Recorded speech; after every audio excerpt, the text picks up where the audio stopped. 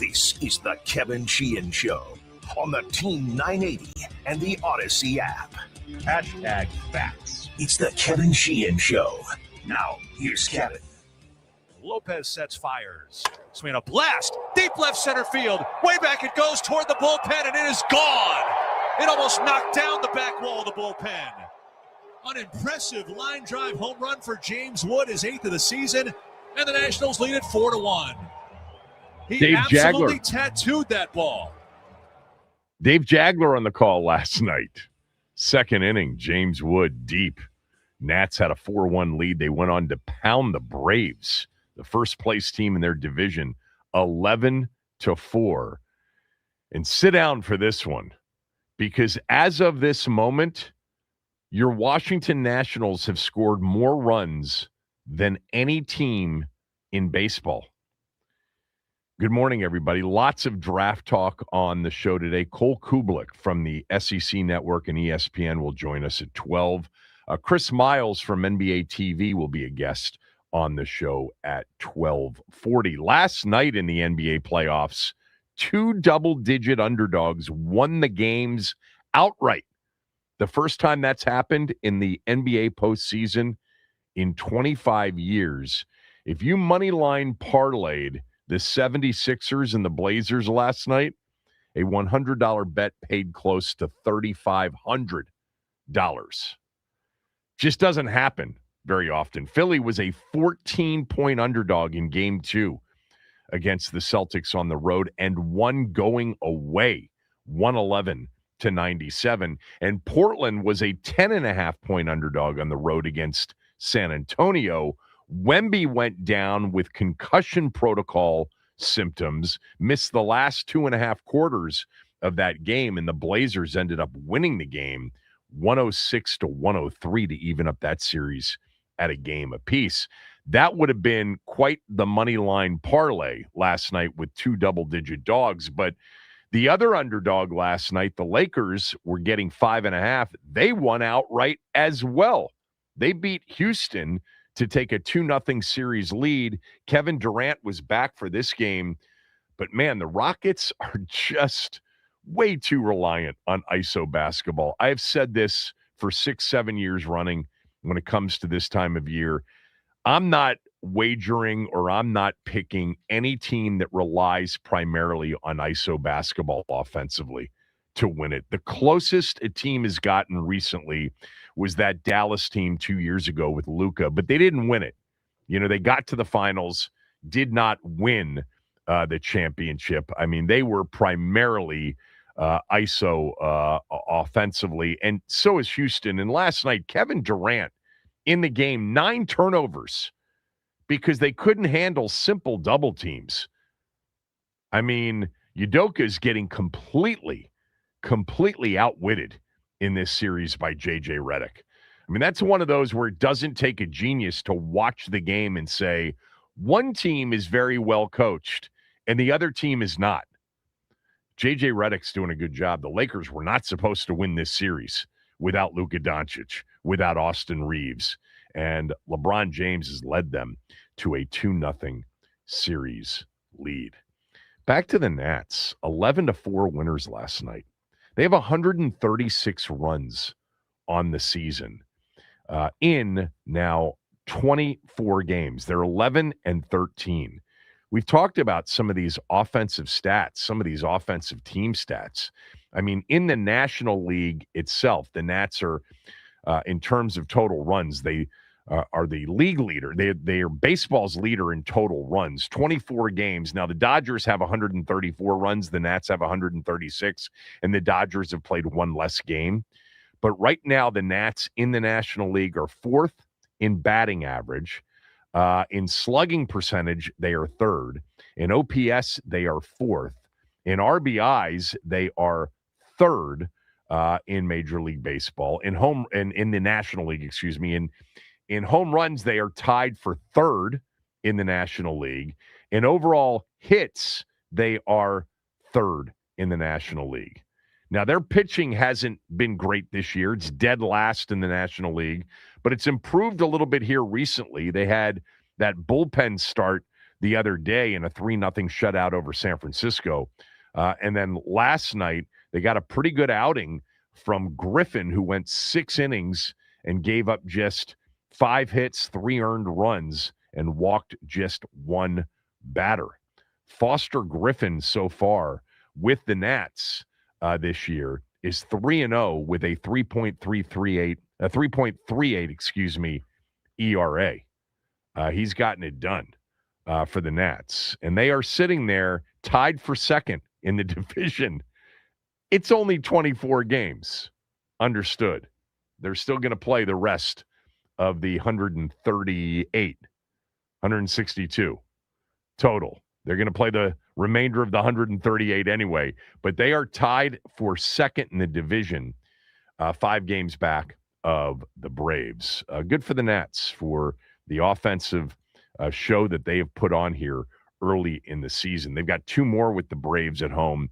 They play tonight and then tomorrow in a getaway game at 1:05 p.m. before they go on the road to face the White Sox on the road and the Mets on the road. And right now, those teams, the Mets are really struggling. The White Sox stink. The Mets have lost 12 games in a row and are 9 games under 500. Also in the division, the Phillies have lost 7 games in a row and are 7 games under 500. Those 2 teams were picked to finish atop the National League East, right, Max? The Phillies and the Mets, maybe the Braves in there somewhere. Yeah, but pull up the odds right now. Pull up the preseason odds. I think the Phillies were favored to win the division, but I'm guessing the Mets were probably the second pick in the division. Could have been the Braves.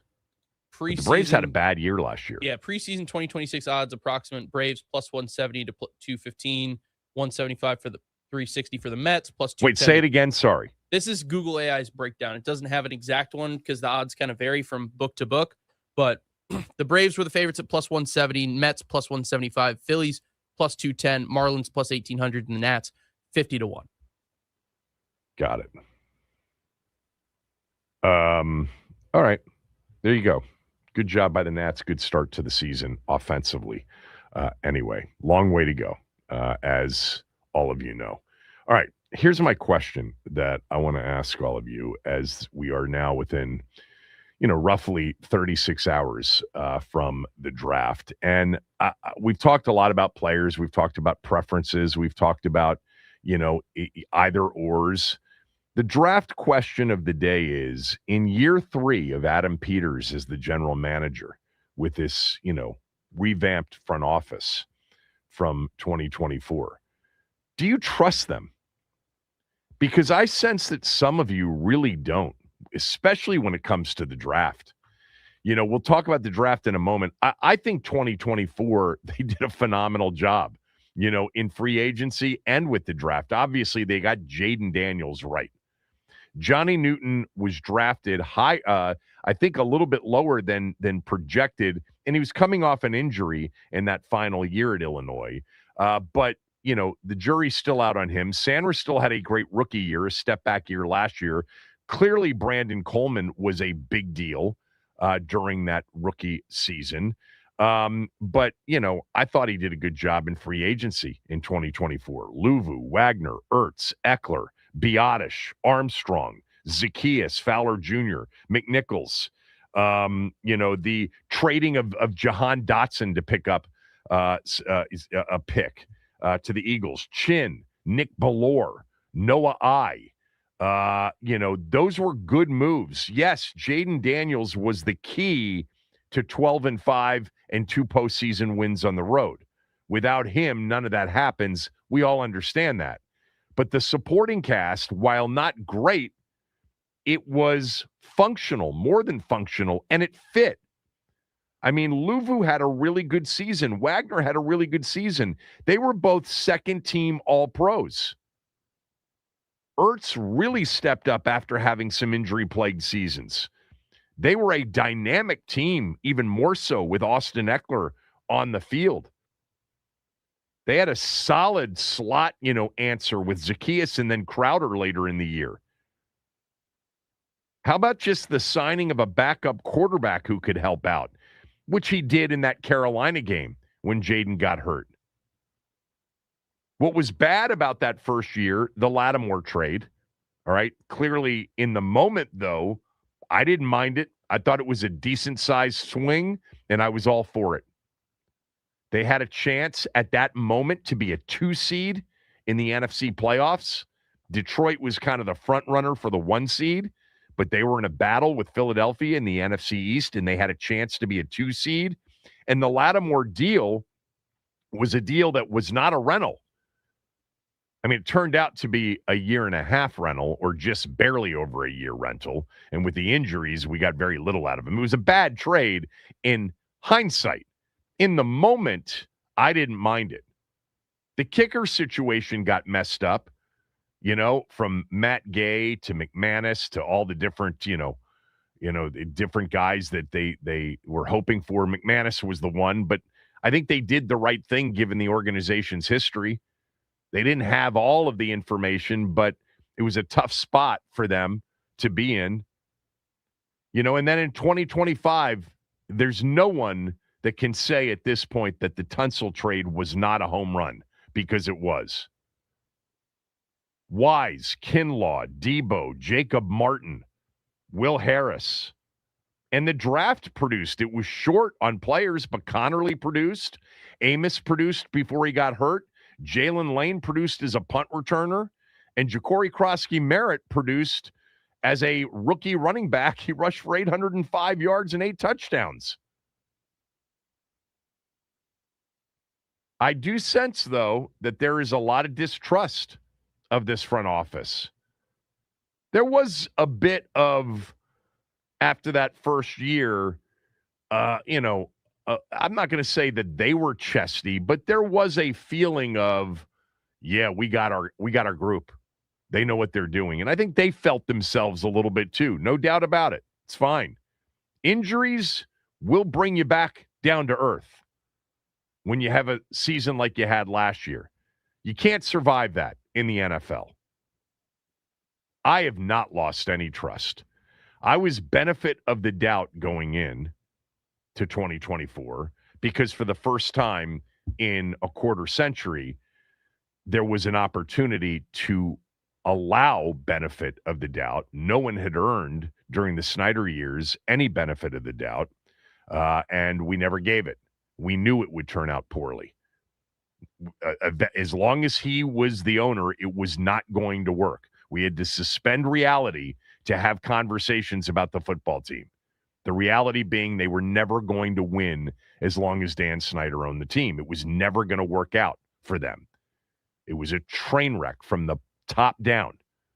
So when he sold and we had new ownership and they got the top GM candidate on the market, benefit of the doubt. And I see no reason to continue to give it. I have not had an issue here with the first 2 off seasons. I really haven't. Last year would not have been the year it was without the catastrophic injury run. What would they have been without all those injuries? I think I would have said much better early in the season if they had confronted the injury situation. But after the season was over, I think defensively they were going to be pretty bad. That's the one side of the football that just wasn't addressed enough. Yeah, they had traded for Lattimore. Yeah, and thought that coming off a full off season, he had a chance. Yes, they added Kinlaw, and they turned out to be right about Kinlaw. Kinlaw had a good season. Wise was significant to what they were trying to do as a run-stopping team because they were terrible against the run in 24. Do you trust Adam Peters and company to handle this draft? They've had 2 of them. You know what my thoughts are on draft evaluation. It's tough until you have 3 years of data. It's really hard. If you wanted to, declare something about the 24 class after 24, you would have said, okay, home run quarterback, home run cornerback in Mikey Sanderstill, home run offensive lineman in Brandon Coleman. And then Jordan McGee, they really like, but he's been injured and there hasn't been an opportunity because of Wagner. And McCaffrey's given you some moments, and Newton's giving you, some moments, but there's some promise there with the other players. Sinnott, we weren't sure about, and we're still not sure about, although some of you are pretty sure about. And if you're going to look at this past class, you got a starting right tackle, you got a starting corner based on year one. I'd still give it 3 years before we know for sure. You got a really, really good punt returner, worst case in the 4th round, and you may have gotten your starting running back for the next few years. 301-230-0980, 301-230-0980. In year 3 of Adam Peters in the new front office, Lance Newmark, etc., do you trust the front office? Do you trust Adam Peters to nail this draft? Phone lines are open. Kevin Sheehan Show, the Team 980.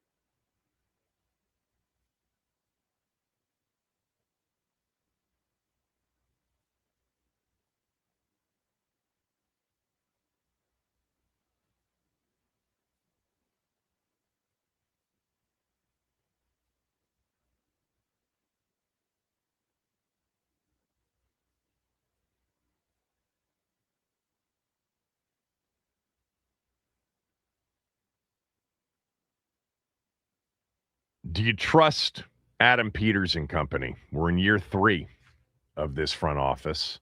I do. I continue to feel like they know what they're doing. I think they do it for the most part responsibly. I think this offseason so far as free agency goes, was really solid. They filled a lot of spots defensively that they had to fill with deals that I would view as more team-friendly than even player-friendly. I like what they're doing. I am not, at this point, ready to declare anything about the 24 or 25 draft. The 24 draft, I need another season. The 25 draft, another 2 seasons. I don't think you can do it the right way without giving it time. It just takes time. So I'm fine with this group at this point. I am. I feel good about Adam Peters running this draft, running this offseason. I did want to read something real quickly from Todd McShay's latest mock draft because I thought it was interesting. He's got Washington selecting Mansour Delane, the corner from LSU. But he wrote something that had me looking at information before the show to see if it made sense. He wrote, look, if it comes down to Caleb Downs, Delane, he said it comes down to Caleb Downs, Delane, or Carnell Tate. Those are the 3 for Washington right now. There's love in the building for Tate, but too many sources I trust around the league think this pick is for Dan Quinn's defense. Sonny Styles would be the ideal choice, but I've got him gone to Tennessee in this exercise. Important to note that if Styles doesn't go 4 to Tennessee, he will almost certainly be available for Washington. And then he writes the following. Delane is a good fit, but he's not the typical length of a corner in Quinn's system. So I looked up arm length for some of the corners that have played for Dan Quinn. Mansour Delane's arms are short. He's got 30-inch arms. Those are below average for a corner. If you're wondering, that's the average is more in the neighborhood of 30 and a half, 31 plus. And I looked at a lot of the corners that have played here recently, just on the squad right now. Sandra Still's arms are longer, but not at average. He's about 30 and 7/8, but still nearly an inch longer than Delane. But Amos, long arms, 32 plus inches. Dominique Hampton, who they drafted, remember, in the 7th round in 2024, 33 and a quarter inch arms. Trayvon Diggs, Deron Bland, Richard Sherman. If you go back through the corners that have played for Quinn as a defensive coordinator or even as a head coach, Todd McShay's right. They're all longer-armed corners. They're all longer than average. Mansour Delane is very short-armed compared to most corners. Now, he is 6 feet, and he is a really good college press corner. I like him as a prospect. I don't know that I would take him at 7. I'd rather trade back and get him at 9 or 10 or 11. 9 or 11, Kansas City, Miami. But that's who Todd McShay has Washington selecting. But I thought that was interesting and interesting to note. We've seen the reliance on RAS scores or the preference for high RAS scores from Peters. And he points out that basically most corners who have played for Dan Quinn have had longer arms, longer than average. And Mansour Delane's arms are much shorter than average. All right, back to the question of the day. Do you trust Adam Peters and this front office to handle this draft? It's our 3rd draft together with this front office. Andrew in Sterling, go ahead. Yeah, I think absolutely. I do trust them. And I think, you got to remember where we came from with the Snyder era. And, just look at the 3rd-round pick given up for Trent Williams, 2 first-round picks for Cousins, inability to sign him in 2015. But and then the mess that Peters was given by the previous regime. And I think obviously everyone wants instant gratification, but I think the 3-year marker is pretty accurate, and you've got to give it some time. But I think there's already signs there, both in the draft and free agency, that we're dealing with the professional outfit here rather than the circus we had before. So, yes, I trust them very much, and I'm happy where we're at. Yeah, thanks for the call. Appreciate it. I think there's danger in just comparing it to the last regime because all of us, stoned and drunk, would do a better job than Snyder and Bruce and Snyder and Vinny during the years that Snyder was the owner. I mean, literally, we could pick people off the street that would have done a better job. So you got to be careful, with that and judge it based on the good front offices in the NFL. Where does this one rank? It's hard to evaluate it after 2 and right now 2.5 off seasons. We've got the other half to come this weekend. And by the way, it's not, a complete off season because there's more to come post draft. But I went through the list. Like I don't understand those that look at the Adam Peters moves in 24 and 25 and say the guy doesn't know what he's doing. You can say all these short-term deals, but that's a lot of the league now. I mean, go back and look at Seattle and New England. I did this during free agency, and you look at the players that they signed that were significant to their Super Bowl runs. They really made free agency pay off for them last year, and none of them, or very few of them, were longer-term deals. This is the nature of the NFL and roster construction in 2026. You end up with a lot of short-term deals. Washington did have more longer-term deals with the money that they had, but they didn't spend wildly.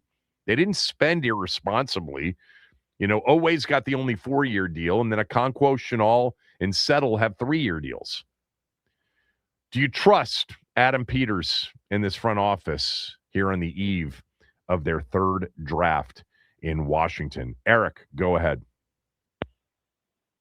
Hey, Kevin. Yeah, I'm with you on this one. I mean, I do have a little bit of PTSD. And when you're talking about, the previous regime, I mean, I'm more PTSD from Rivera than anything else right now. But well, that's the most recent, instigator of PTSD. And look, he was actually a guy that had more control than a lot of his predecessors in that role because Snyder was so preoccupied.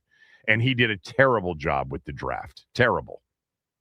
I threw a massive temper tantrum with Emmanuel Forbes. But when I look at this list, when you kind of do a bird's eye view and you zoom out of all the, I mean, I'm with you 100% with the caveat that it's still too early to tell whether good or bad.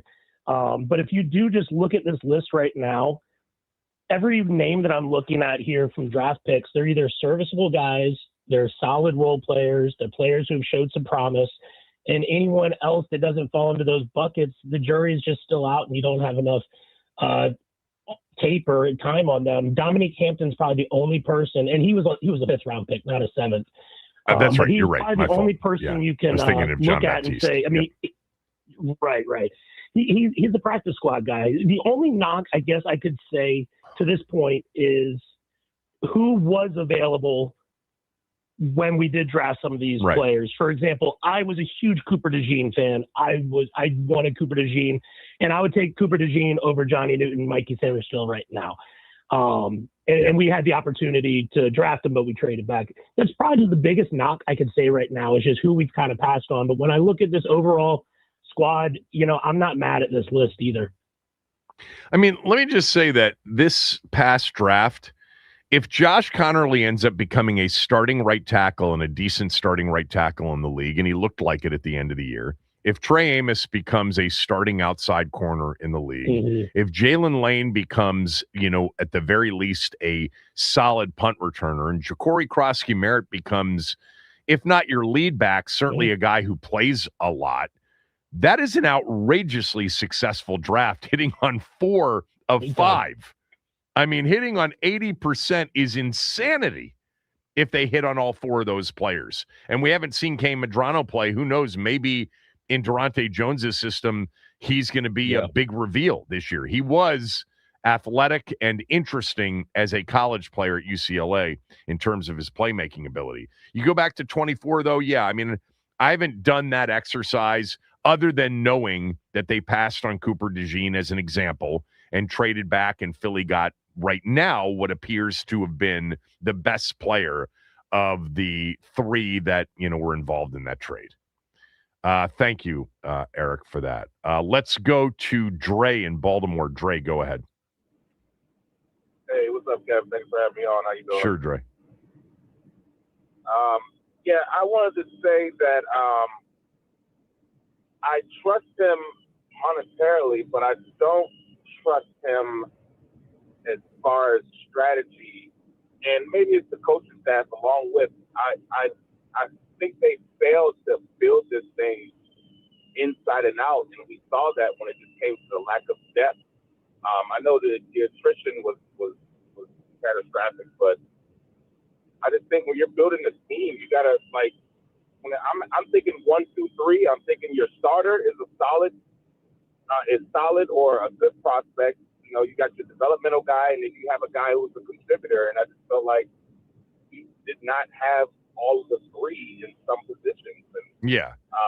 Well, look, I'll let you finish. Let me just, I don't want to lose my train of thought. Number one is no team overcomes what Washington had last year. When you lose your starting quarterback for the majority of the season and he's your best player, you're doomed.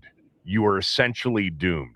And then on top of that, they lost their best player on defense. They lost their best receiver. They lost their best running back. They lost, it was one after another. Secondly, to have expected them to have been in better shape from a depth standpoint after just 2 off seasons, given how bare the cupboard was when they arrived, I think is a reach. I think this was always going to take some time to build out an entire roster before you even got to thinking about depth. They don't even have a built-out front line, roster. We saw that on defense even with starters last year. They just weren't very good. So it's going to take, more than just 2 off seasons to build, a strong, elite level roster. The good news is they have a quarterback, because that's what we spent most of our time talking about for a long period of time, was, okay, forget about the rest of the roster, because if you don't have a quarterback, you're in big trouble anyway. At least they have that. But go ahead and finish. Dre, go ahead. No, for sure. But then I was just very questioned about the recent free agency, because we built that brotherhood. You guys took us to one game before the Super Bowl, and just seeing certain guys walk out the building, it's like that kind of killed the morale to me, because Jeremy Chin, he was a leading tackler for safeties, I believe, or in the top 5. And we had a big tackling problem last year. Yeah. And you let Dante Fowler, a double-digit sack guy, lead, and we had a pass rush problem. I just felt like we just went over our head. I felt like we still should have tried to build it instead of going for the home run. And I just would like to see this draft just them pretty much just get a little more sustenance to this depth of this team. Yeah, thanks, Trey, for the call. Appreciate it. Look, I think, the swings, the big swings post-2024, although one of them actually happened during 2024, and that would be the Lattimore trade. But the Debo trade was low risk, high reward. It was a 5th-round pick, and they had plenty of cap space to afford his salary for last year. The Tunsil trade was a major investment in their young quarterback, Jaden Daniels, and they were right on it. I mean, I know it's only 1 year, but you don't have to wait 3 years to judge a veteran superstar left tackle, because that's what he's been in the league, and that's what he was for Washington in his first season. So I don't consider the going for it that in terms of the results that bad. Lattimore was a loss, Tunsil a massive win, and I think if Debo had health around him last year, including his starting quarterback on the field, I think Debo would have been a really good player last year. He was pretty good even with Marcus Mariota and a bunch of receivers that really weren't expected to play in the National Football League last year. So I didn't have a problem with Debo, and there's no long-term effect of Debo not being on the roster. It was a one-year flyer. Let's see how it works, and I thought he played pretty well. But those picks for Tunsil and Lattimore certainly make this year's draft a little bit light. They've got 6 picks, not a full slot, not a full slew of 7 or 7 plus. 301-230-0980, 301-230-0980. The question is, do you trust Adam Peters and the front office here in year 3 to get this draft right? Kevin Sheehan Show, the Team 980, and the team980.com.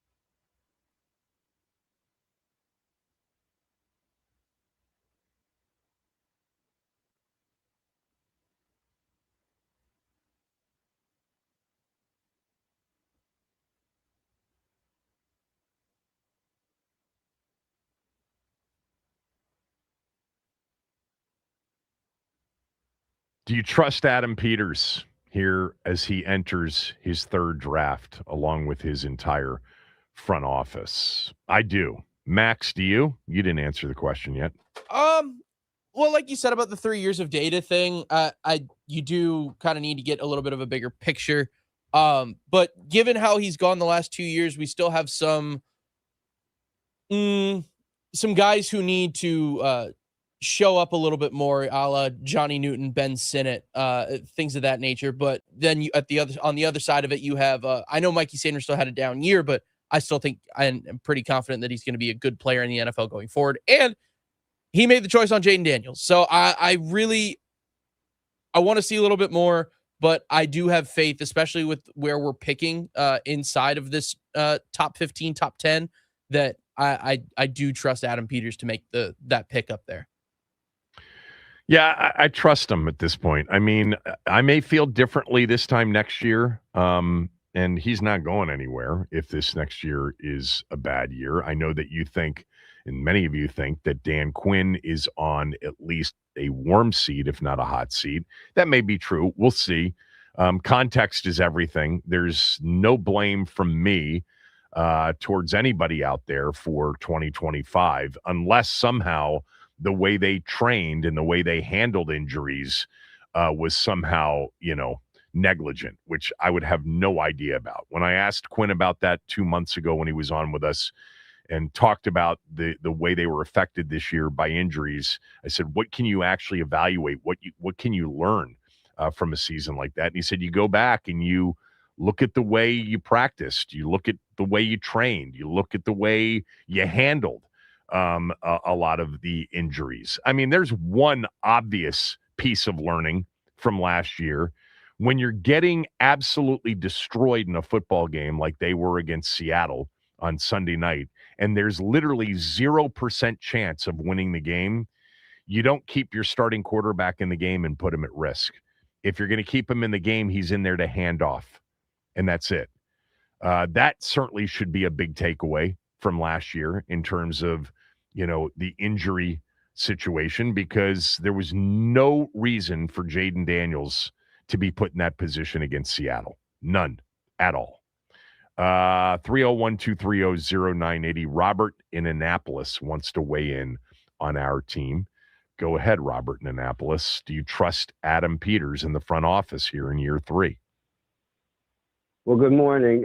Quick question. Has arm length surpassed foot speed as the primary important evaluation? It's important. I know. I mean, if you're being sarcastic, you can be sarcastic. Mansour Delane, I looked this up during the last break. Of the top 15 corners projected in this draft, he's got the 14th. He has the second shortest arms. He's got 30-inch arms, well below average. D'Angelo Pons is a top 15 corner that's got 29 and 3/8 arms. Those are the only arms shorter for corners in this draft. So is it important? Look, it's important to have arm length. Robert, if you're being serious, it's important to have longer arms if you don't have the speed, because you close more ground with longer arms. But if you've got the speed to close ground, then the arms become less important. And he's got great speed, obviously. I mentioned it because it's been such a big storyline on Bain, as you know. Anyhow, yes, it's always a big issue with corners too.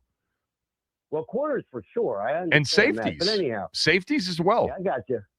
Yeah, I guess all of them in some way, shape, or form. Even offensive linemen, they talk about it. But anyhow, the difference between Brandon Sheriff being a great left tackle in the NFL versus a great guard was arm length. Right, he had short arms, as I recall. Yes. But anyhow, in a buy and sell last year, one of your buy and sell sessions somewhere during the season, I said, not me, but your fan base would start to lose trust in Peters and Quinn based on the results going forward. I was sort of projecting. So let me ask you this way. What does the team, you mentioned a lot of things about certain players, but a lot of ifs, if this, if that, that's a lot of ifs. What does the team need? What were my ifs? I don't recall my ifs. You were mentioning players. If Johnny Newton developed, you were just speculating on what some of the players he's already drafted. Okay. Well, I mean, the point is that, if we're just looking at drafts, and by the way, that's not my conclusion that I have faith and I still believe and I still trust Adam Peters is not just based on the draft, because I don't think you can evaluate his drafts yet. It's too early. I mean, you've got certainly a window into the 24 draft and a much smaller window into the 25 draft. Clearly, Jaden Daniels looks the part, obviously. Out of all of their picks, what have they made? They've made 15 picks in 2 years. Is that what it is? Was it 10 the first year? I'm not sure, but he was 9 the first year, 14 picks. But go ahead. There are always a lot of ifs with the draft only a year after or 2 years after. Continue. Let me ask it this way. What does the team need to accomplish this year and perhaps next year under Daniels' rookie deal, assuming they don't re-sign him next year they can re-sign him to an extension. But what does the team need to accomplish? What do you need to accomplish in terms of playoff situations? Why are you asking me questions? You haven't answered the question as to why you called in. I already told you that I did not think that your fan base was going to maintain faith in Peters and Quinn going forward. Okay, that's your answer to the question of whether or not you trust it. In terms of accomplishments, Robert, they have to be a contending team in the NFC. They've got to be they've got to be a playoff team, a contending playoff team with Jaden Daniels healthy and upright. That's obviously the key, and that is an if. But as long as he is healthy, you've got to win enough games to be in the postseason. You got to be a playoff team. That's what I would say. Yeah. All right. So we'll see. You'll know a lot more at the end of this year. Again, assuming Daniel stays healthy. That's how you can judge it. How these other players support him. No doubt. Going forward. But, yeah. If he plays 17 regular season games like he did as a rookie, even though he missed some of that Carolina game that Mariota came in and played well in. And the Dallas game too, because they sat him in the second half because they had nothing to play for in that game in the season finale. But if he plays 17 games, they better have 10 wins or more and be in the postseason. Yeah, that's how you would judge this upcoming season. And will they be, do they have to be in the Super Bowl? Do they have to be a contender to go deep into the postseason? With him, you'd like to think that they certainly aren't a one-and-doner.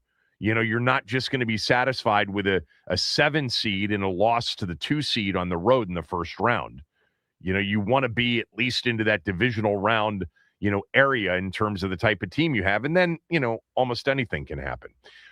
Let's go to JYD. JYD, do you trust here going into the third draft under Adam Peters? Do you trust him? Got to turn down your radio, JYD. Not really. I don't really trust him that well, simply because everybody gives him so much credit for what he did as far as drafting the cornerback. Daniels. But me and you could have got that right. Yeah, well, not everybody. There are some people. I mean, who was a hot commodity leading up to that draft 2 years ago? J.J. McCarthy. There were a lot of big J.J. McCarthy believers. And look, maybe he's going to end up being the best out of all of them. Who knows? It's really early. But by the time we got to within a week, 2 weeks of it, it was pretty clear that Daniels was the consensus number 2, if not number 1 quarterback in the draft. But you took the words out my mouth earlier when you said about, how fans, look at this team whether under Snyder and then the other guy or whatever. Yeah. When you don't have nothing, when you absolutely are downright poor, and you get fed, looks good to you. I understand that. You got to be careful with this. I hear you. I've prefaced it with, you just can't compare it to the absolute, worst organization in North American sports for 20 years. We can't compare it to the Snyder era. They were incompetent year in and year out. you have to compare it to good teams. And I think that they've done a pretty solid job here in their first 2 years, comparing it to good teams. I have trust. I have belief. Again, I mean, you go through that first year. I understand that maybe, on the board at number 2 at that point, if you had a pulse, you were going to pick Jaden Daniels. Although people like Drake May, people like J.J. McCarthy, they did. Wasn't a slam dunk through the entire discussion of the draft that offseason. But they actually did a really good job adding players that were very supportive of the best season this franchise has had in 33 years. They went to the NFC Championship game because of Frankie Louvu, because of Bobby Wagner, because of Ertz, Eckler, Biotish, Armstrong, Zacchaeus, Fowler Jr. He did a good job. And none of those players were, overly expensive or wild, crazy contracts.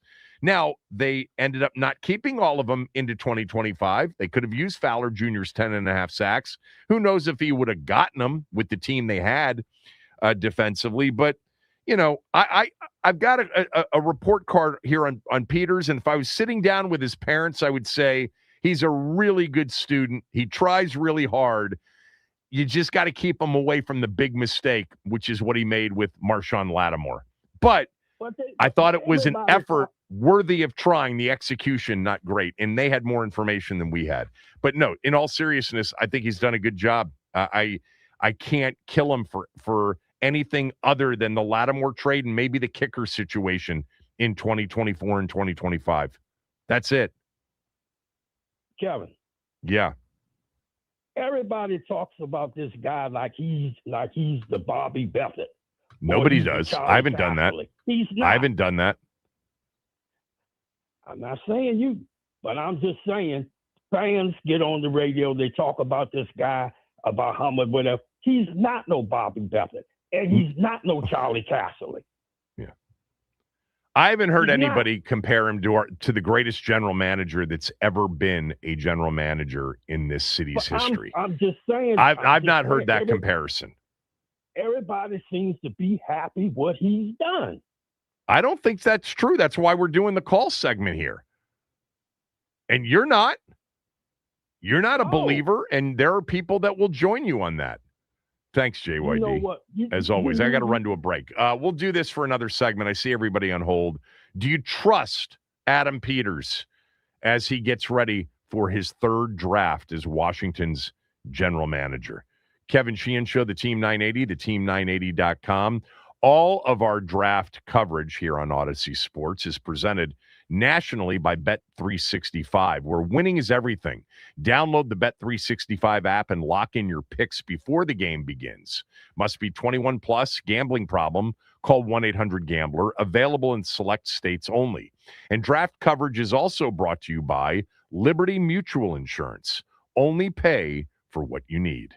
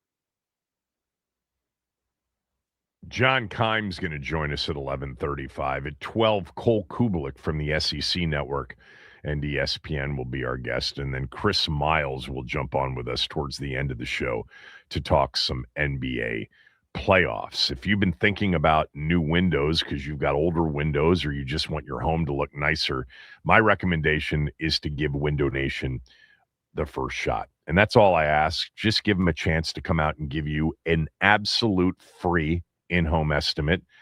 Not only is it free, they're not going to obligate you to anything. They're not going to pressure you into anything. They're going to walk through your home in an hour or less. You'll find out which windows actually need to be replaced, which windows are actually costing you money on your heating and air conditioning bills, and then they'll leave you with a quote. And right now, during the more you buy, the more you save April sale, you could save up to 50% off on your purchase, plus 0% interest financing for 5 years. During uncertain times, one of the best investments you can make during times like these is in your home.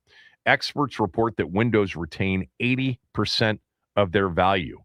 Replace those old or builder-grade windows with custom-built, high-quality windows from Window Nation. They get it right the first time. They get it right almost every time. 96% of their installs require no follow-up service.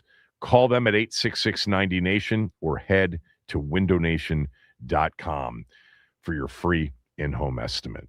All right, 301-230-0980. Do you trust Adam Peters? Here we are in year 3 already. Time flies, man. They hired, 2 years ago, before that first offseason, the top GM candidate on the market in 24. Josh Harris went out and got the top candidate in Adam Peters. And then the two of them, along with their, committee, went out and hired Dan Quinn.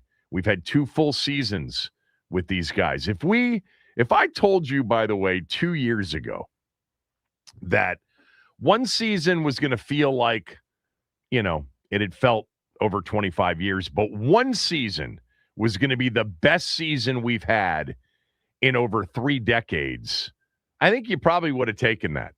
Some would say, no, I just want a slow build. I want to win 6 games, then I want to win 8, and then I want to win 10, and then I want to contend. It's not really the way the NFL works. Every year offers up an opportunity if you're sharp, not only in talent evaluation, but in cap management. And then you've got to have the ability to develop players once you get them into the building. But I would never give back 2024. No way.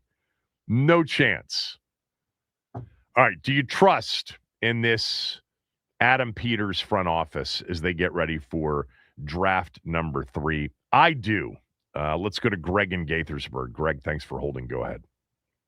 Hey, Kevin. How you doing? Good, Greg. Good. Here's the thing. I trust him 100%. It's way too soon to be getting worried about it. And here's the reason why I think that is because, number one, there's so many factors involved in how they review these guys coming out of college. I mean, just pages and pages of stuff they look at.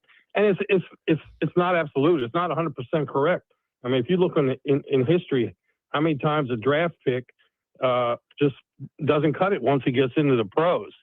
And then also you look at, and I think you might have mentioned this earlier, the free agency pickups. That's part of his job too. So I have no issues with him.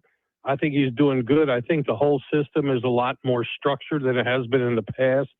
And I'd say give him at least another up to about maybe 5 years and see what happens. If things ain't clicking, then maybe we could consider looking into, somebody else. Yeah. All right. Thanks for the call, Greg, as always. Appreciate it. By the way, this from Patrick. Patrick writes, you're forgetting the 2 biggest whiffs, Witt Jr. and Kingsbury. Okay, hold off for a moment. We're talking about Adam Peters right now and the front office and roster construction. The coaching staff is Quinn. It's his decision. Do they get together? Do they have these kind of shared philosophies on a lot of things? Do they talk a lot? Is Adam Peters influential in some of those discussions? I'm sure he is. But the ultimate, and Peter said this, remember, in his postseason press conference, the coaches are Dan's call. And I believe that. I think that there is a lot of collaboration in all of it. Joe Witt Jr. was the mistake to bring him back for year 2. It did not go well in year 1. He was a first-time defensive coordinator. It was bad in year 1. We kind of forget, because they won so many games, just how bad that defense was in 2024. But as far as Kingsbury goes, what are you talking about? I mean, he produced offensively the greatest season for a rookie quarterback in NFL history. They were unstoppable offensively in 2024. Hence, 12 regular season wins and 2 road playoff wins. Let's go to Dave. Dave, thanks for holding. Go ahead. Kevin, I have trust in Peters, but it's starting to wane. I'm really concerned about we have no playmakers. Beyond Terry, the guys he picked up are bargain bin guys like Burks and Brown and Jefferson. And the same behind Bill. We've got McNichols and Ford and Rasheed White. So I want to see what he does the rest of the offseason about that.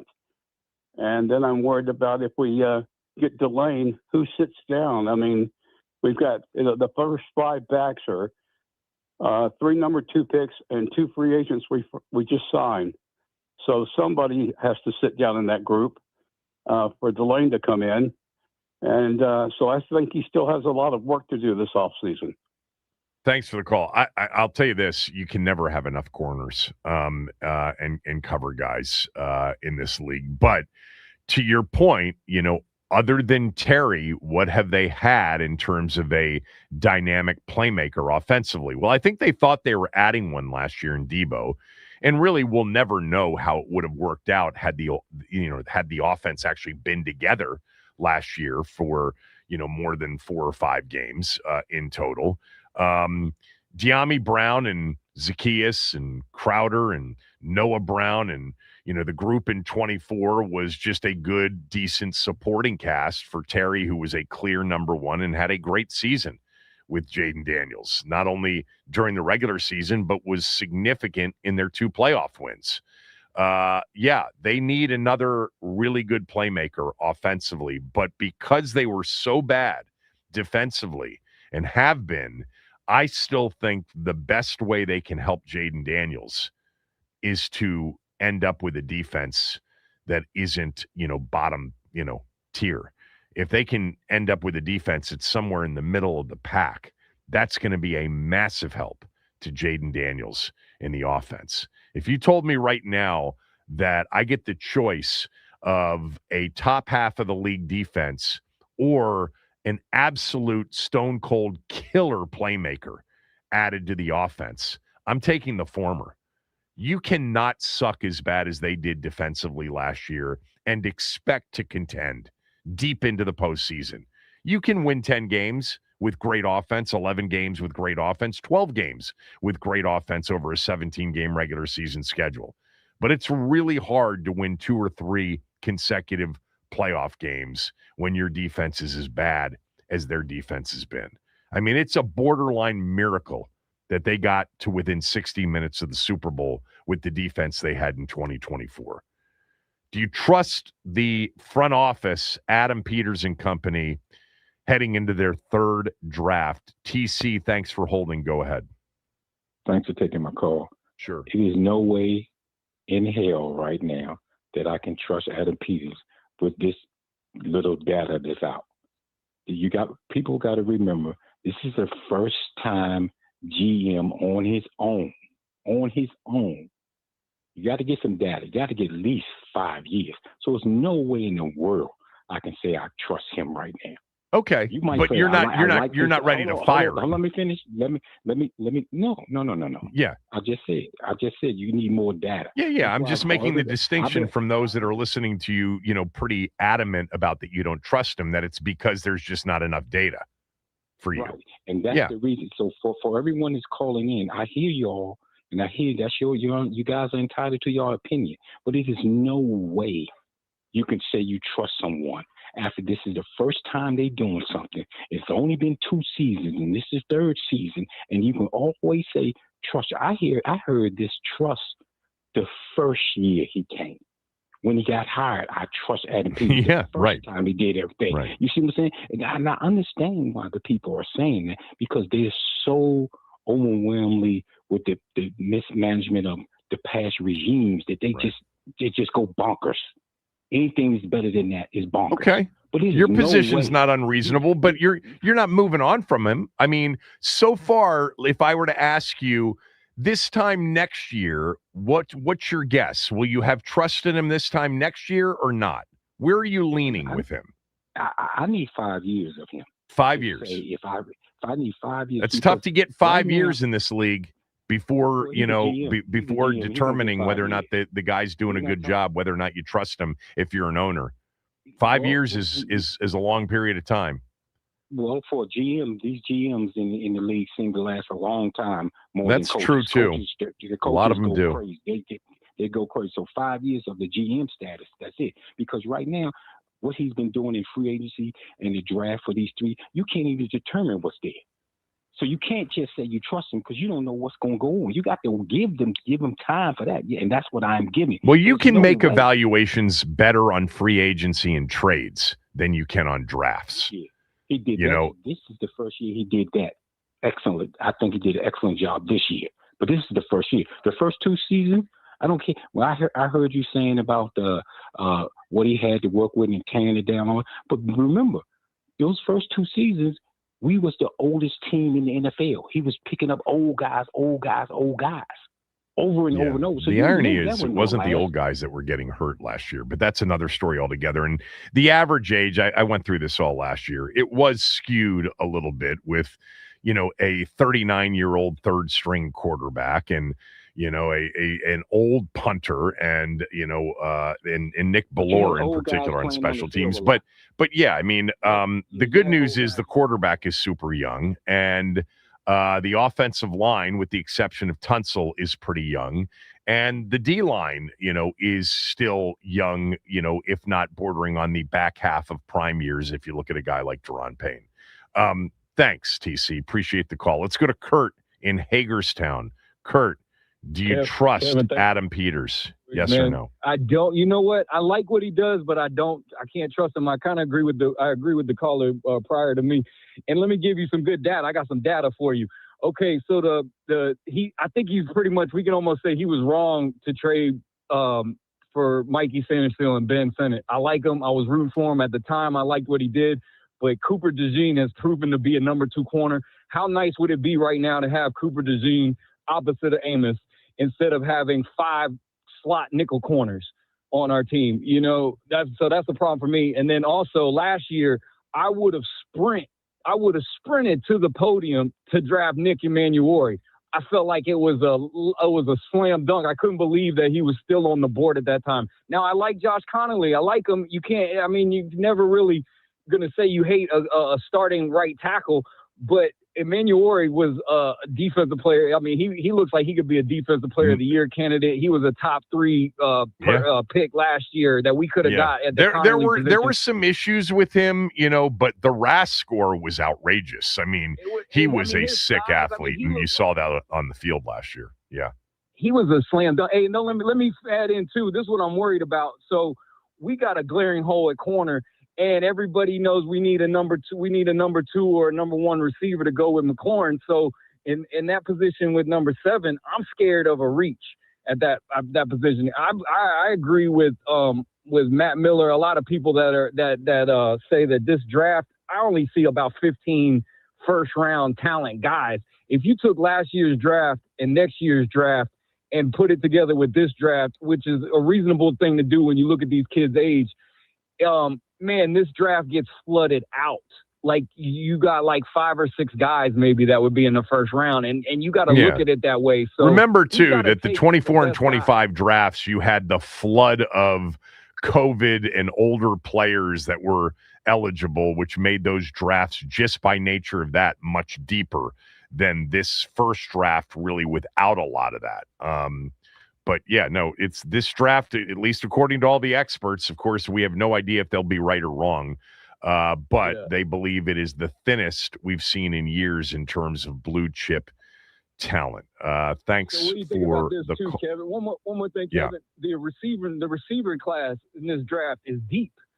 So there's a lot of debate on the top 3 receivers. If we were to go take, I like what people say about Lemon and Tyson, but you could go into pick 71, find a Ted Hurst, a Malachi Fields, a Zachariah Branch. I mean, you got people that are similar to the top receivers, and then going to my point about next year, the top receivers coming out next year make these receivers starting with the Ohio State receiver, wide receiver twos.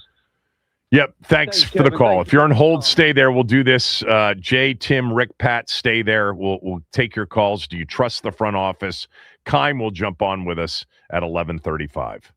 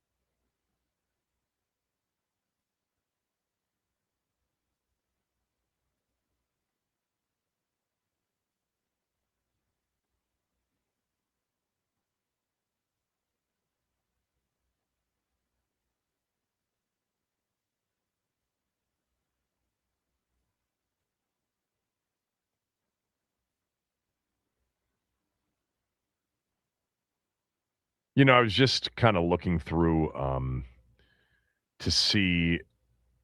I was telling Max during the break that over the last several years, especially since Mike Loxley's been the coach at Maryland, there have been a lot of Terps that have been drafted, especially at the skill position spots. And even, Maryland guys who have transferred somewhere else end up getting picked. There aren't a lot of Terps, that are going to get picked in this draft. Now, Jayshon Barham, who is an edge pass rusher for Michigan and actually started at Auburn, then came to Maryland. I think he's an absolute beast, and he's probably a night 2 pick. Maybe, I think there were some issues there with the intangibles. We'll see. But he is a legit edge pass rusher at 6'4", 240, with great athleticism. But he played for Michigan. He didn't play for the Terps this year. They got the safety Husky. He could get drafted, I guess, but I'm sorry, the corner Husky. He could get drafted, but not a lot of Terps in this draft. But they were young. A lot of those players are coming back. We'll see what happens. 301-230-0980. Jay in Omaha has been on hold. Jay, do you trust Adam Peters as he gets ready for his third draft? Morning, Jay, you Kevin. there? Yeah, got you now. Yes, sir. Good morning. Can you hear me? Okay. I got you. Yes, sir. Like I was telling Max, it's a split. I'm 40-60. 40% that I trust him, 60 that he has to get me on that plus side, he hasn't yet. The biggest thing for me was the changes from year 1 to year 2.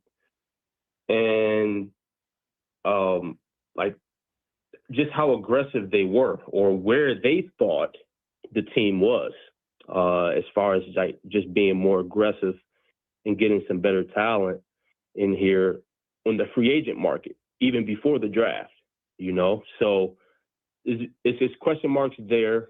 But yeah, I'm not ready to fire him. So it's not that deep, but it's just two extremes. On one end, we were 60 minutes from a Super Bowl, and then the next year, we fall flat on our face.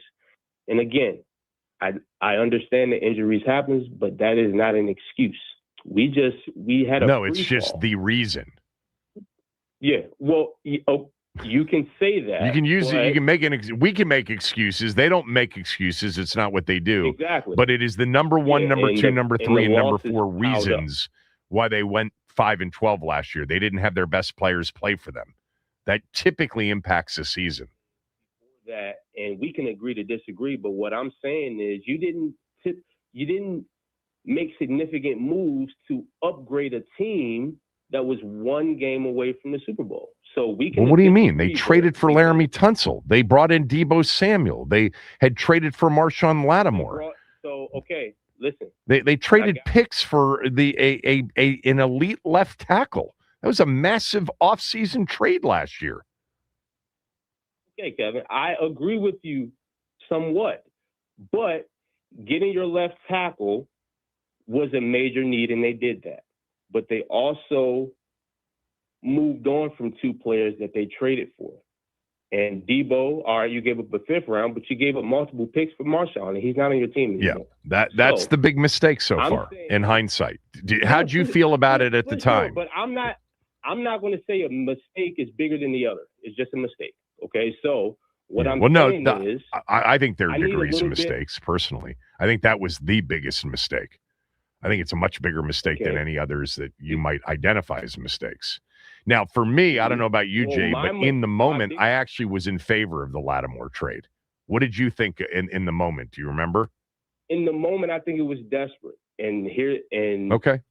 And again, I feel that it was desperate, but he was making a move. So I'm not going to, just kill him for that. He was trying. But what I'm saying is from there, now we draft, and I'm not 100% on the draft picks that did play majority of the year last year, except for Connolly, because you shouldn't be. It's one season. Better. Yeah, you shouldn't be Understood. after one season. I hear you. Sure, understood. Yeah. But I'm just saying, in hindsight, they could have went different ways. And then another thing, their second and third pick of last year's draft, Trey Amos and Jalen Lane. Amos, when the pick happened, I was like, okay, he's an SEC corner, played against some good talent, definitely played against some top receivers. But I feel like they kind of hid him throughout the season last year, and I don't know if it was because of coaching, but he kind of got exposed a few times last year. And well, it happens with rookie corners. I'm just not high on him.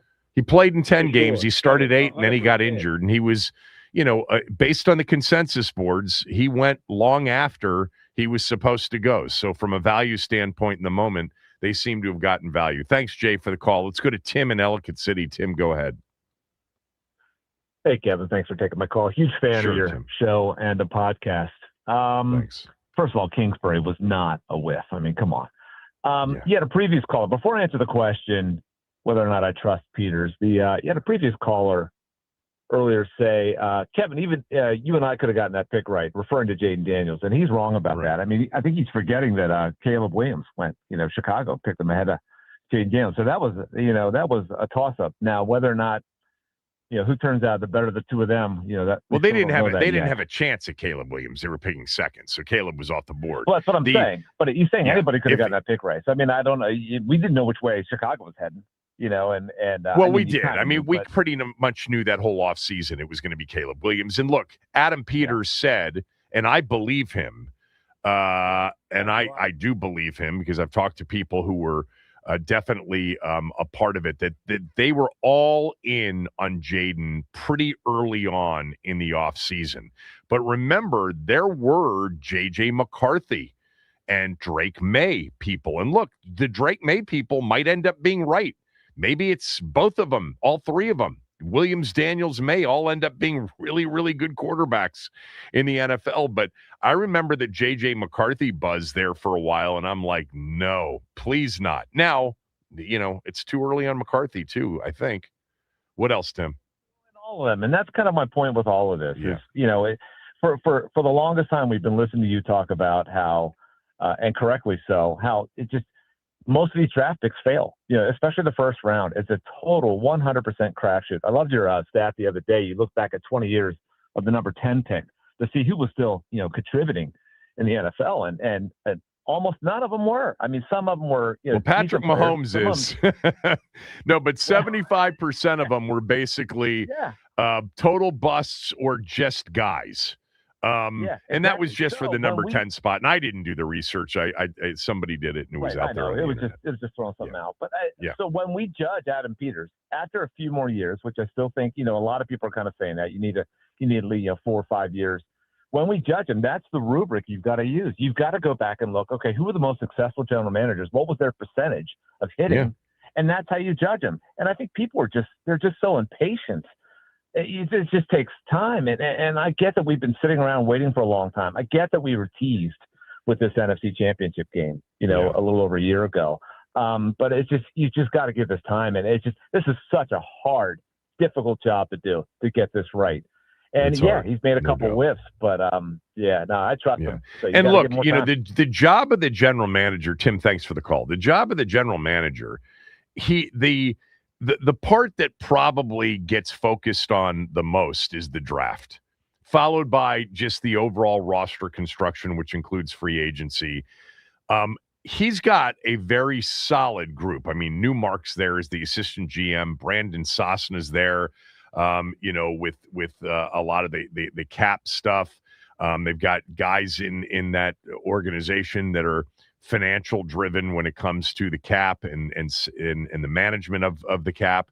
But there's a lot going on there in that job. But there's no doubt that this, upcoming 3 days, over a period of years, you look back and say how'd they do in this particular draft. And, if you're hitting at somewhere around 37, 38, 39% plus, you've done pretty well.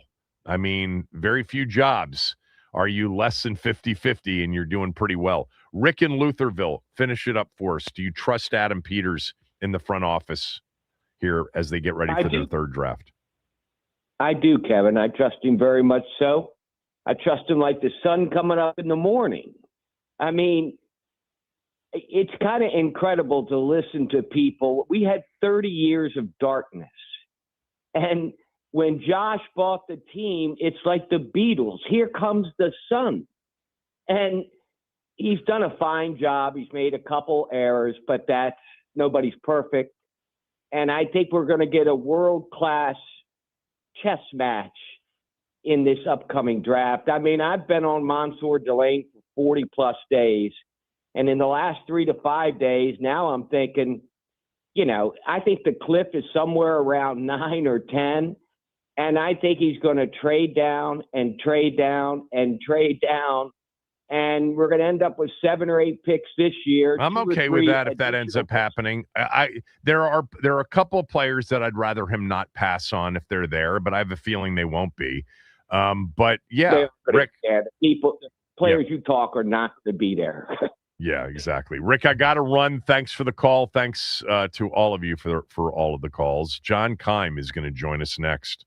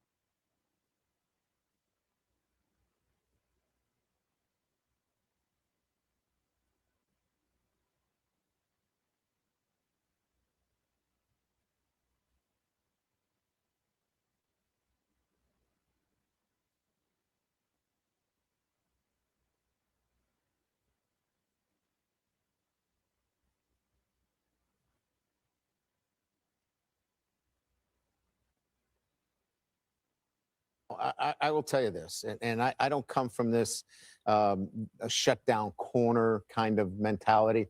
You can't shut down NFL wide receivers. You can contain them, and one who could is Mansour Delaney, who played for me at LSU. I just think he has that ability. He's sticky in coverage. He's an excellent tackler. He's got great anticipation, as you can see here, cutting this route off. I think all those things project for me to be the kind of corner that can give you the kind of quality reps you need at that position. That was LSU head coach Brian Kelly talking about Mansour Delaney. In the ESPN.com NFL Nation mock draft, John Keim was on the clock picking for Washington, and that was his selection. Keim joins us right now, of course, at John_Keim on X. First of all, before I get to why Delaney, and we can talk about the other players, I mean, this year, I talked about this a little bit yesterday, and I'm curious if you agree or if you've thought about this. After Mendoza, I'm not sure we've seen more uncertainty between, say, 2-9, 2-10, picks 2-10 than this year. Like, I think at least, I can name them, like at least 5 players minimum have been mocked to Washington at 7. We've had multiple players mocked to every team from 2 to 9, basically from the Jets to the Chiefs. I don't remember less certainty in a draft like we have this year after number 1. I 1,000% agree, and I know people in the league agree because I had that conversation with them, and it's been consistent over the last month or two, right? Like, there's, and when these teams are doing internal mocks, you can draw up scenarios where a David Bailey falls to Washington, Arvell Reese falls to Washington. Now, they may be unlikely, but I think it just speaks to, hey, what if they do this? Now, there's always what ifs versus they could do this. Like the Cardinals, now you over the last week or so, you're starting to hear them more attached to Jeremiah Love. Is that a smokescreen? Is that real? Would they really do that? Because it hasn't been there. That hasn't been there for a while, right? Or up until recently. And I think with the Giants after the trade too, like what do they do? And there's been doubt with them. Tennessee, would they really, if Love is there, would they take him or would they take an edge? And Cleveland, like you hear various things out of there about like, are they in love with some of these offensive guys or not? And would they move out? So I think it's as unpredictable as ever. And it's when you're doing these mocks, and fortunately I don't have to do a lot of them. I'm not Ben Standig. I think Ben's on mock 20.0 by this point. He is. Yeah. He's all, but let's give him credit though. He's a multi-time champion as a mock drafter. Yeah. Well, yeah, he is. And if you do enough, like you're going to get this pick right, I hope. Yeah. Because if he doesn't pick the right guy at some point, I'm going to have to give him some grief. But yeah, I love Ben. Anyways, but it makes it hard to really know because, like you said, way back when this was early in the draft process, I remember doing something on just for my podcast about like here are like 5 different mocks and they all have someone different for Washington and they all make sense and you could say like, yeah, that's a good pick. So it's just really, I think it makes it fun, but it's also difficult to pin down what you really think they might do. Like you can have an idea, you can read, you can listen to things, you can read try to see which way the wind is blowing, but you have an incomplete puzzle to try and put these pieces together. And so you're just guessing what that final puzzle looks like versus knowing. Yeah, the preparation for this one, especially now that there are only 8 minutes instead of the 10 between picks. I mean, they're going to have to simulate out so many different possibilities. Let's just, for the purpose of this conversation, assume that Mendoza, Reese, and Bailey don't make it to 7, because I think that those 3 are the safest bets. Everybody else is in play. I mean, I would love it personally if Bailey dropped to 7. He's my favorite player, but I don't think he does. So after those 3, I know what you picked, but you picked based on what was there and what had happened in front of Washington. Right. In You this, guys were gone that I would have picked. Yeah. So give me, before we get to who you would like and who you think they like, Give me an order out of the rest of the players, like the most likely to be there. To be there. Yes, Styles, Love, Delane, Tate, Bain, Downs. Who are the most likely out of that group to be there at 7? I would say Delane, Tate, Downs, or Bain. And because it just, I have a hard time believing that Love falls there. I think if you consider him the best player in the draft, I think somebody will take him. I actually believe that Washington is actually the best place for him, given the infrastructure of the offense compared to where else if you go to Arizona or Tennessee, I don't think they have that infrastructure in place. But I think Washington does. But I think if you think he's the best player in the draft, I think he goes. I think Styles, I could see Styles or Downs for the Giants. I think that would be maybe, I don't know. I know there's a lot of smoke about Jordan Tyson. That feels high for a guy that's very talented, but also often injured. So I think I would put Styles there. But I was talking to some people the other day, where Styles fell to Washington, but I think Styles and Love would be the most likely to be gone by that point. So you're looking at, that's where, when I chose, that's obviously what I was choosing between Delane, Tate, and really, Downs and Bain. And I think you can make a strong case for any of them.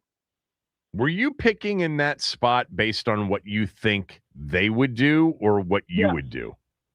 I think what they would do, they would do. And again, and you're trying to, you get little pieces of information, whether from around the league, talk to people here.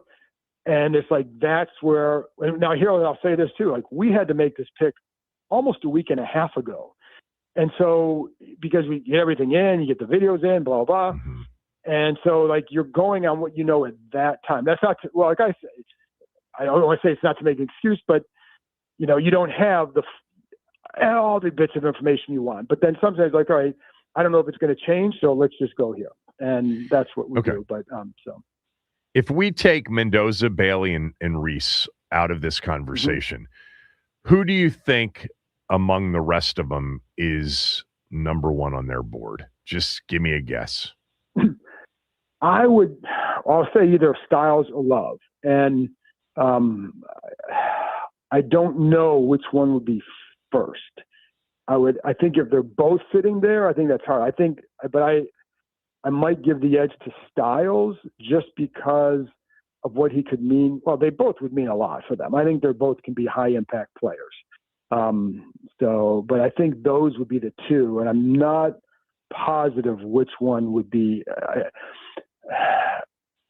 Some days I would lean to Styles, and some days I would lean to Jeremiah Love because I think he can be a home run hitter, and you don't have who else you got on that offense that's going to make the kind of impact he could. And I think he could add a lot to that. All right. What are the possibilities, do you think, of a reasonable, decent offer to trade back? I think then it depends on, again, I'll go back to Bailey. What if Bailey somehow, and again, it may be a 10% chance, what if he somehow fell to 7 and then there's a team picking in the next several spots and that's the guy that we want? That's the scenario, right? Maybe. So you think it's Bailey that's got to fall, not Love or Styles? Don't you think if Love or Styles were available there, they'd get offers? I think if Love or Styles there, I don't think they're taking the offers. Okay, well, that was my next question. Okay, so that's why I say and I don't know that they would with Bailey either, because I've never really, I don't expect him to be there. Everything, he's very talented. I think it'd be silly to see him drop to 7. If the Jets take Reese and the Cardinals take Love, well, then I can see Tennessee taking Bailey. It makes sense. So I don't see him there, but I think it has to, and I do think you'll get an offer for Love or Styles, right? But how high up would be someone willing to go for them? I don't think they would want to move back more than a few spots. That has been my sense, because if you get there and let's say Love is there and you have Love and then Tate and Delane and Bain, all right, we like any of these guys, we'll move down to 10 or 11 and still get one of them. If you like them somewhat equally, right? That's a scenario. I just don't see it. to me, I don't think you want to fall in love with just adding picks. I think it has to make sense, and there's been too much history here and with other teams. Like just having more picks doesn't mean you're going to have a good draft. Obviously gives you more chances. But I think to me, get an impact player in here, regardless side of the ball. Get an impact player because you don't have enough of those. That's 100% true. And based on what everybody believes about this draft, this is a limited group of blue chippers in this year's draft. We are talking to John Kimes. So who do you like? You and I usually have these conversations in advance, and we haven't had many of them this year, partly because there's no quarterback need. But who do you hope falls to 7 and that they take? Listen, man, if they had Styles or Love, I think that'd be terrific. And Love is a, and I know like the running back value and all that. He's a high impact player. And I always, every time I talk about him, I go back to Tyler Linderbaum because they went after him hard. And it wasn't about, we need a center. It was about like, we think, and I'm of course speaking as if I'm them, not me, but we think that he can be a high impact player regardless of position. And he can be an impact player in the run game. So I think you apply that same sentiment toward a guy like Jeremiah Love and what he would mean this offense as he can run routes. He's not just a pass catcher; he can run routes as a receiver, almost as a running back. And then you have the game breaking ability. So I think you have like that one of those guys. And Styles, when the draft stuff started in January, I was always a little bit surprised that he wasn't getting more attention or no pun intended, but love from whatever, because like I thought he was really, really good last year.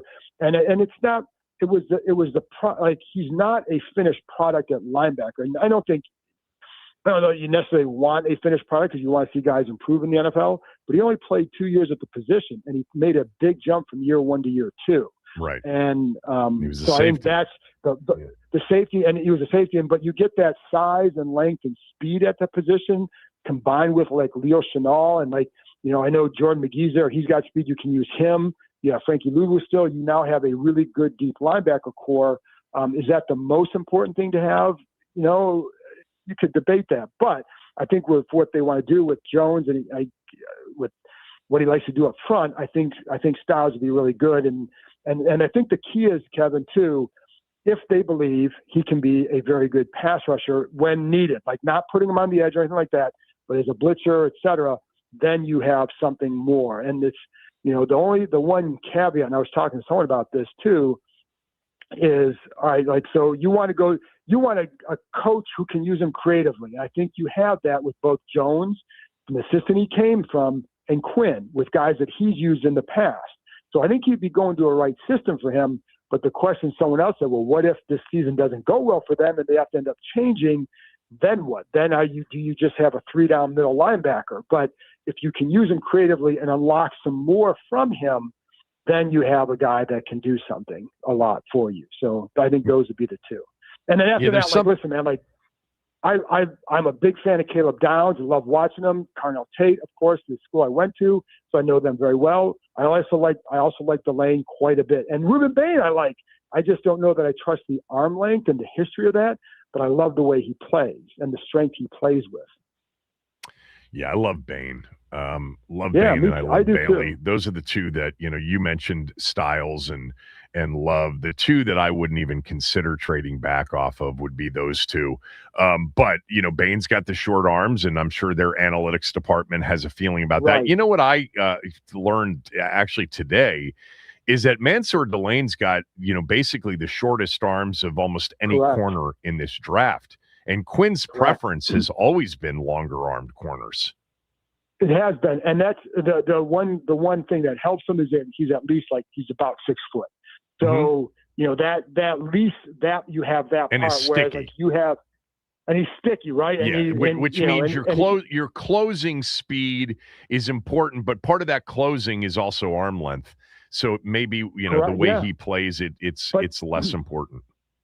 Right, but like I said, because then you also have two corners who are about 5'9" in Samuelson and then Robertson. So I mean, Amos is taller, but Amos is taller, and Witherspoon is a little bit more, but you're right. Like that is one thing, because when you're closing, and they even said, like, if you're a 5'9" corner but you have long arms, that's the equivalent of a guy who's a couple inches taller, right? But if you're 6 foot and you have average or shorter arms, like you can still, because you're 6 foot, and if you're, like you said, if you're sticky, then it's okay. But yeah, like I think part of the reason I like him too is he continued to elevate his game. He had a good last year at Virginia Tech, and then he really elevated in a harder league.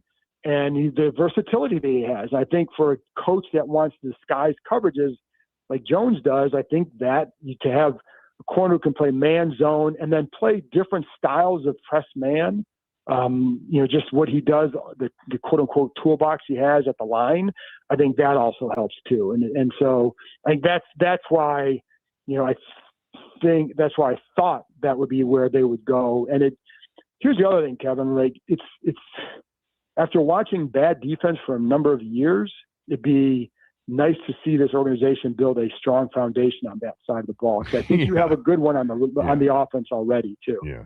So last question. I'm up against a hard break, but give me the answer to the following. Do they end up with one receiver between now and opening day? And if so, who is it? Or is there a chance they end up with more than one additional receiver between now and opening day? And who are those two? Well, I'd say more than one, and one's Ayuk, and then one's a third-round pick. That's what I would look at. Now, I think even if they get Carnell Tate at 7, doesn't discount Ayuk. No, and I still think he'd want to come here still. And so, I think that would give you a hell of a receiving core. Right. For sure. Like, I mean, it'd be 5 times better than it was last year, potentially. So, but I think it's going to be 2, because I think somehow they'll still get Ayuk. And I think you have to, I think you get Ayuk, but you cannot let the potential of landing him stop you from doing what you need to do, which is to add more right now. Because so there's a chance Terry's not going to be here next year. So receivers got to be a priority regardless. Yes. Yeah, and I think there's a lot of depth at receiver. There's depth at corner too. So if you go the opposite, you can do that the same thing and go that route too. So you both make sense. If they do either one of those, that makes sense. But I think it's 2 receivers. Yeah. All right. Thanks for doing this. I'll talk to you later. Thanks, Kevin. John Keim, everybody. Cole Kublik, who covers college football for the SEC Network and for ESPN. He'll be our guest next.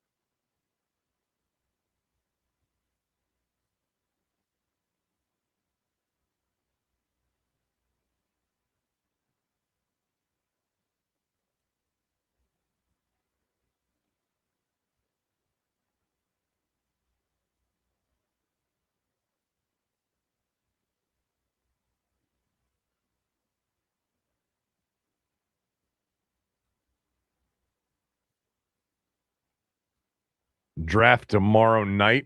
We continue to get a lot of opinions on it and on what Washington will do at 7. Joining us right now is Cole Kubelik. Cole's great. He calls games for the SEC Network for ESPN. He played at Auburn. We've had Cole on the show many times before. He hosts weekday mornings in Birmingham with Greg McElroy on a station in Birmingham. WJOX 94.5 is the station. And you're 7 to 10 a.m., which means you got off air. You got off air an hour ago. An hour ago, you got off the air. Correct. Yeah. Yes, sir. So I appreciate you doing this. So let me just start with this because you know all the SEC players. A lot of people now mocking Mansour Delane to Washington at 7. What would they be getting? A massive win. I tell people all the time, it's wild. I had LSU a couple of times last year. I think I've had them 4, 5, 6 times the last 2 years. He almost never came up in our TV meetings with Blake Baker. Just wasn't really a point of conversation because that was solidified. There weren't a lot of questions around it. There wasn't a lot of debate to it. There weren't people that were going to really challenge it. And the only references that we did get from Blake Baker, the LSU defensive coordinator, were, we know we're good over there. We have to do this here. We have to add this to this aspect of our defense. This is where we need to improve. He is a bona fide lockdown corner.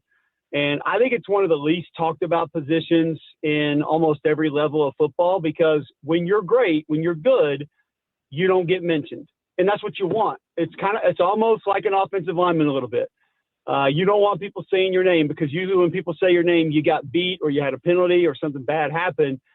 I think he's one of the best football players in this draft. I love his physicality. He's not afraid to come up and try to tackle. He's not afraid of anything, to be honest with you. It would be a massive get for that Washington defense, no doubt. You know, they drafted Trey Amos last year, and he played pretty well, and then he got injured. I think if they drafted Delane, you'd be looking at Amos and Delane on the outside and probably Mikey Sanderstill, who they drafted in 24, on the inside. Do you like that group? I think you gave us your thoughts on Amos a year ago. Yep, love the length that Trey Amos brings. It's very different from a lot of other corners from a wingspan perspective and just a height perspective. Not afraid of press coverage. Somebody that I'll take Pete Golding's thoughts on how a DB can operate and how good he thinks they can be. And he was one of the first targets at Ole Miss when Pete got there. Said they needed more length on defense. They need people that were not afraid to be challenged and would challenge receivers. And Trey Amos fit that bill. So just those two individually. And Sancho, I remember coming out a couple of years ago. That would be a great starting point for that Commanders defense, no doubt. You know what's interesting, Cole? Amos had the length. Delane doesn't. He's got the shortest, the second shortest arms among the projected top 15 corners in this draft. But he is 6 feet, and, he is a sticky press corner. So is that nullified, the short arms, because of that? Yep, because the kid's a football player, and he gets people coverage, and he makes plays.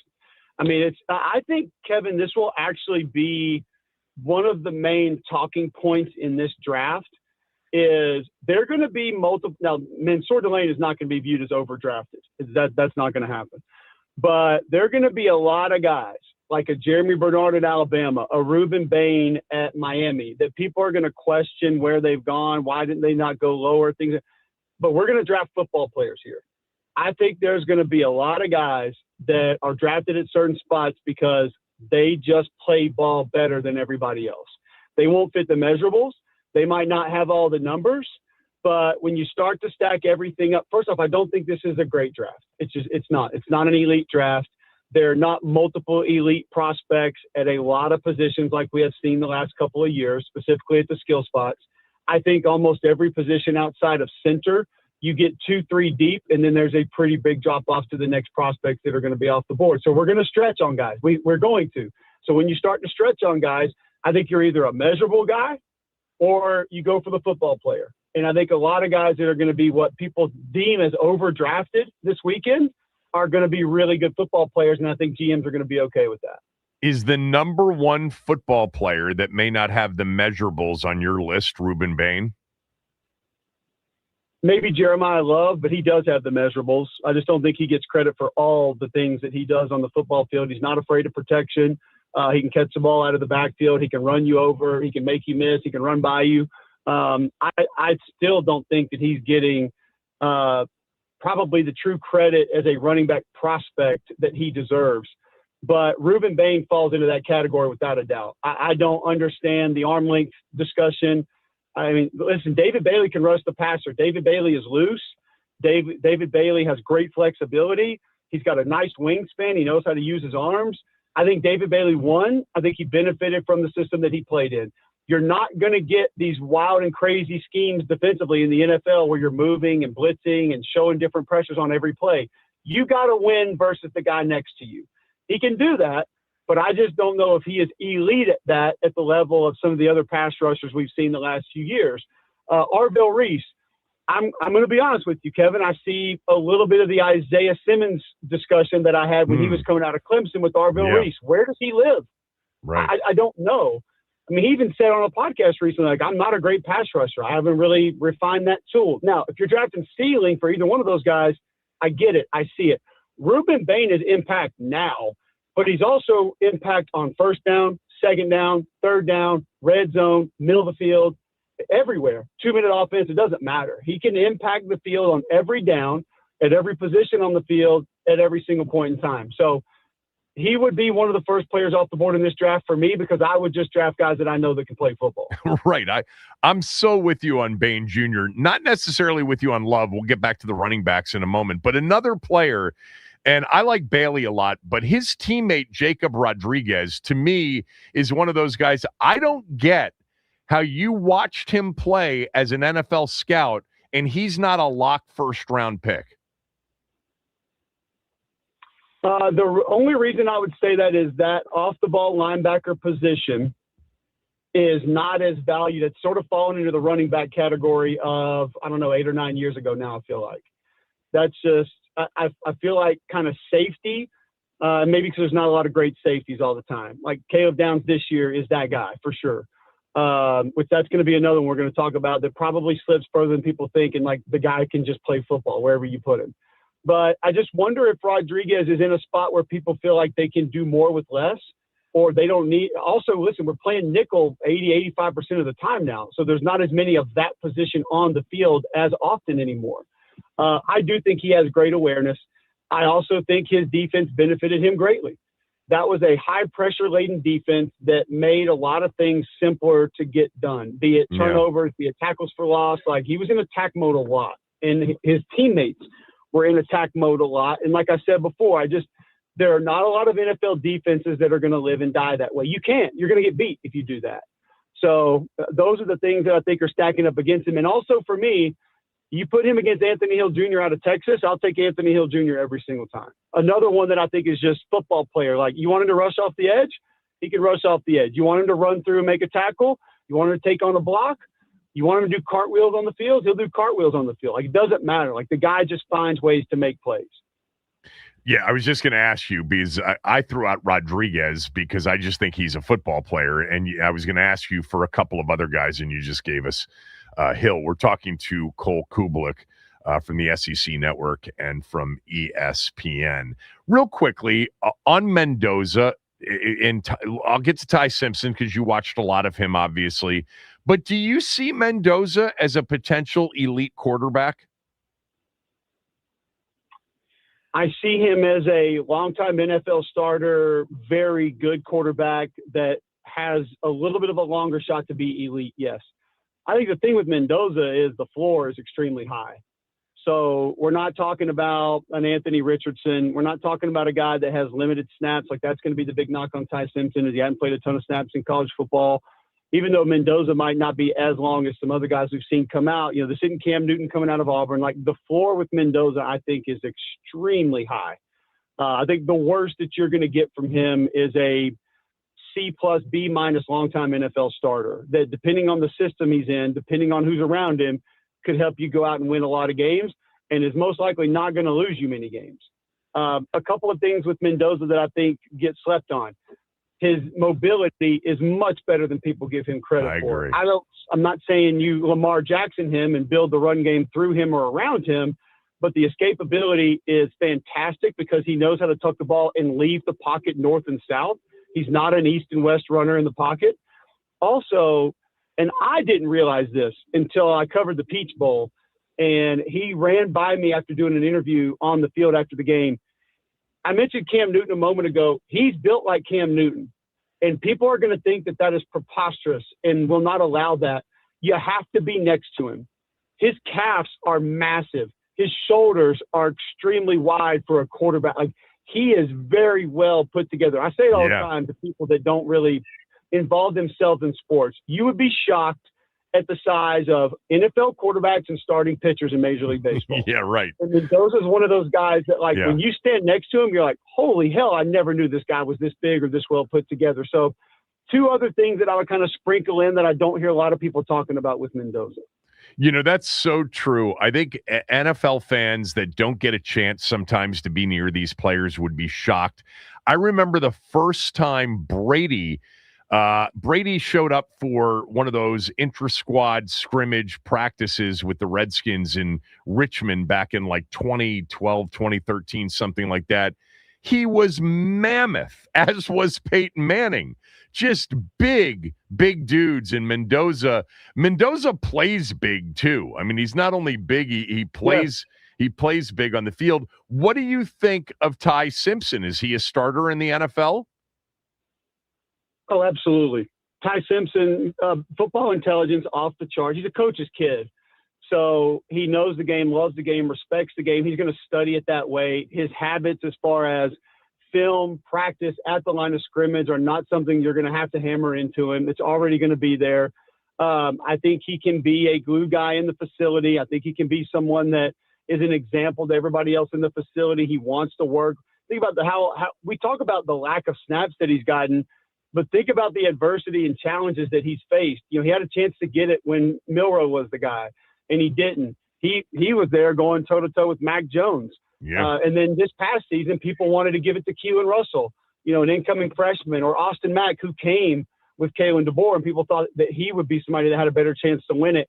I love his story and the fact that he's had to push through adversity. He's had to scratch and fight and claw for that job, and he finally got it, and he made the most of it. Now, could he calm down at the line of scrimmage a little bit? Was there a little too much happening at times? Maybe, possibly.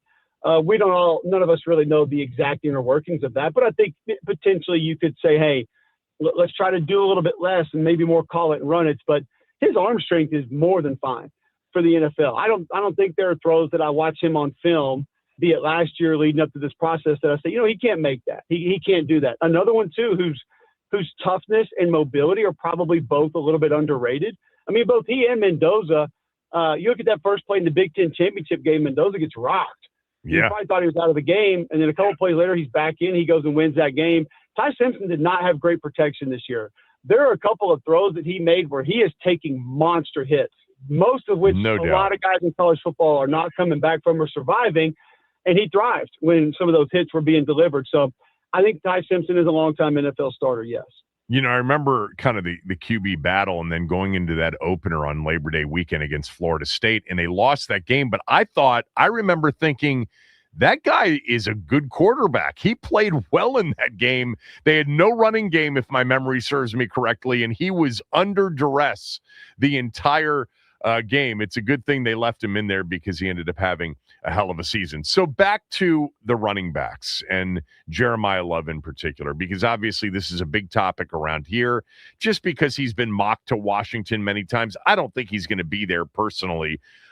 But you called him a football player, but you know some of the elite backs really well. I put Bijan in that class. I put Gibbs in that class. I put McCaffrey, probably Saquon. He's not that for me, but it sounds like he is that for you. Why? Now listen, I'm not going to put anybody on Saquon's level right now, because I think he does. And when McCaffrey is healthy, I don't think we have as many flex guys like he or Jahmyr Gibbs, and have him for a while. Like, those guys are at the top of the NFL game, so I'm not going to play the comp game there. But I think he can be an elite back in the NFL. I just think he has a multiple skill set, and that's rare really at any position in the NFL. It goes back to what we talked about with Arvell Reese. I think we lose sight, Kevin, sometimes of most of the best players in that league are the best at a single thing that they do. Like George Kittle is great because he blocks and catches the way that he does. There's plenty of tight ends that catch well and run well and get you first downs. Not many of them are grinding guys into the bench, and taking them out there on outside zone and just mauling them like that. Very few guys do multiple things at an elite level in that league. I think Jeremiah Love has a chance to be an elite power runner. I think he has a chance to be a runner that has elite speed running away from you. I think he's good enough as a receiver. Now, I don't think he's Gibbs as a wide receiver, who I think you could probably line him up in the slot and he'd be fine. Same with McCaffrey when he's healthy. But I think he's close enough to still be extremely dangerous there. I love him in pass protection. He's not afraid of it. There's another aspect of him, too. Like, he didn't grow up like a football nerd. He kind of played because he was good at it early on. So part of what I like with Jeremiah Love is I think he still has room to grow from a football intellect standpoint. It's not because he doesn't want it. It's just diving into it the way that a lot of kids do when they're 8, 9, 10 years old. He didn't do that. He was interested in other things. And I think that's something that could benefit him in the NFL. But between the tackles, outside the tackles, making you miss in the open field, catching the ball, all things that I think he can be elite at in the NFL. You talked about some of the guys I'll say this, though. I think there's some steals at running back a little bit later. Like, I think Mike Washington, football player, he didn't have a good offensive line. Taylor Green got a lot of the credit, but he's not afraid to pass pro. And this is a guy, too, out of Arkansas. He's run out of the pistol. He's run out of the shotgun. He's run out of single back. He's been in the I formation, which is like foreign to so many different players. So his versatility, I think, is going to be key. He showed what he can do with his 40 at the combine. I love Le'Veon Moss as a power back in the NFL, not as versatile, doing different things. Seth McGowan out of Kentucky is an elite power runner and a guy that if you need somebody to just chew up yards and just grind out yards, he's a guy that I think you could easily fall in love with. I love Katron Allen. I like Jam Miller as sort of your third down back out of Alabama. He was a little banged up last year, had a really bad shoulder injury. But if he can get healthy, I think he can be super explosive. I would kind of comp him to a Josh Jacobs with his cutting ability and being able to get the full speed quickly. So I think there's some really racial face-on out of South Carolina.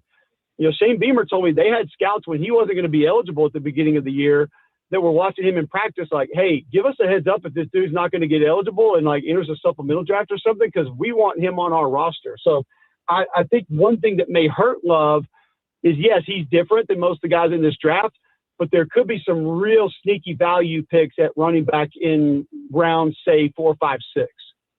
Yeah, there's one back, and I've looked at a bunch of them because I love watching that position, but you didn't mention Jonah Coleman. Do you like him or not out of Washington? Really nice back. Versatile, inside, outside. I would kind of comp him as a little bit of a slower Mike Washington. Yeah. Has played in multiple offenses, so I think he understands different aspects of the game. I think he'd be a great pick for an NFL team. I don't know if he's your 25, 28 carry a game starter all the time. But I do think he could add value to an NFL roster for sure. We're talking to Cole Kubelik from the SEC Network and ESPN. So I want to talk about wide receiver because Washington has so many needs defensively, and they filled a lot of those needs in free agency. But there's a possibility of a defensive player like Delane at 7, potentially a Downs or a Styles. And wide receiver, there is some thought, Cole, that they will end up adding Brandon Ayuk, closer to training camp or maybe even the beginning of the season. But it's not going to shock any of us if they take a receiver. So starting at the top in terms of the guys that they could take at 7, how would you rate, Tate, Tyson, maybe Lemon? What order would you put them in? And do you think any of them deserve to be taken number 7 overall? Taking at 7, I would say if that's your need, then yes, because I do think that I think a lot of it, Kevin, depends on the style type receiver you need. I don't think this is a draft with a lot of your bigger body wide receivers that are just going to be a mismatch problem on the perimeter.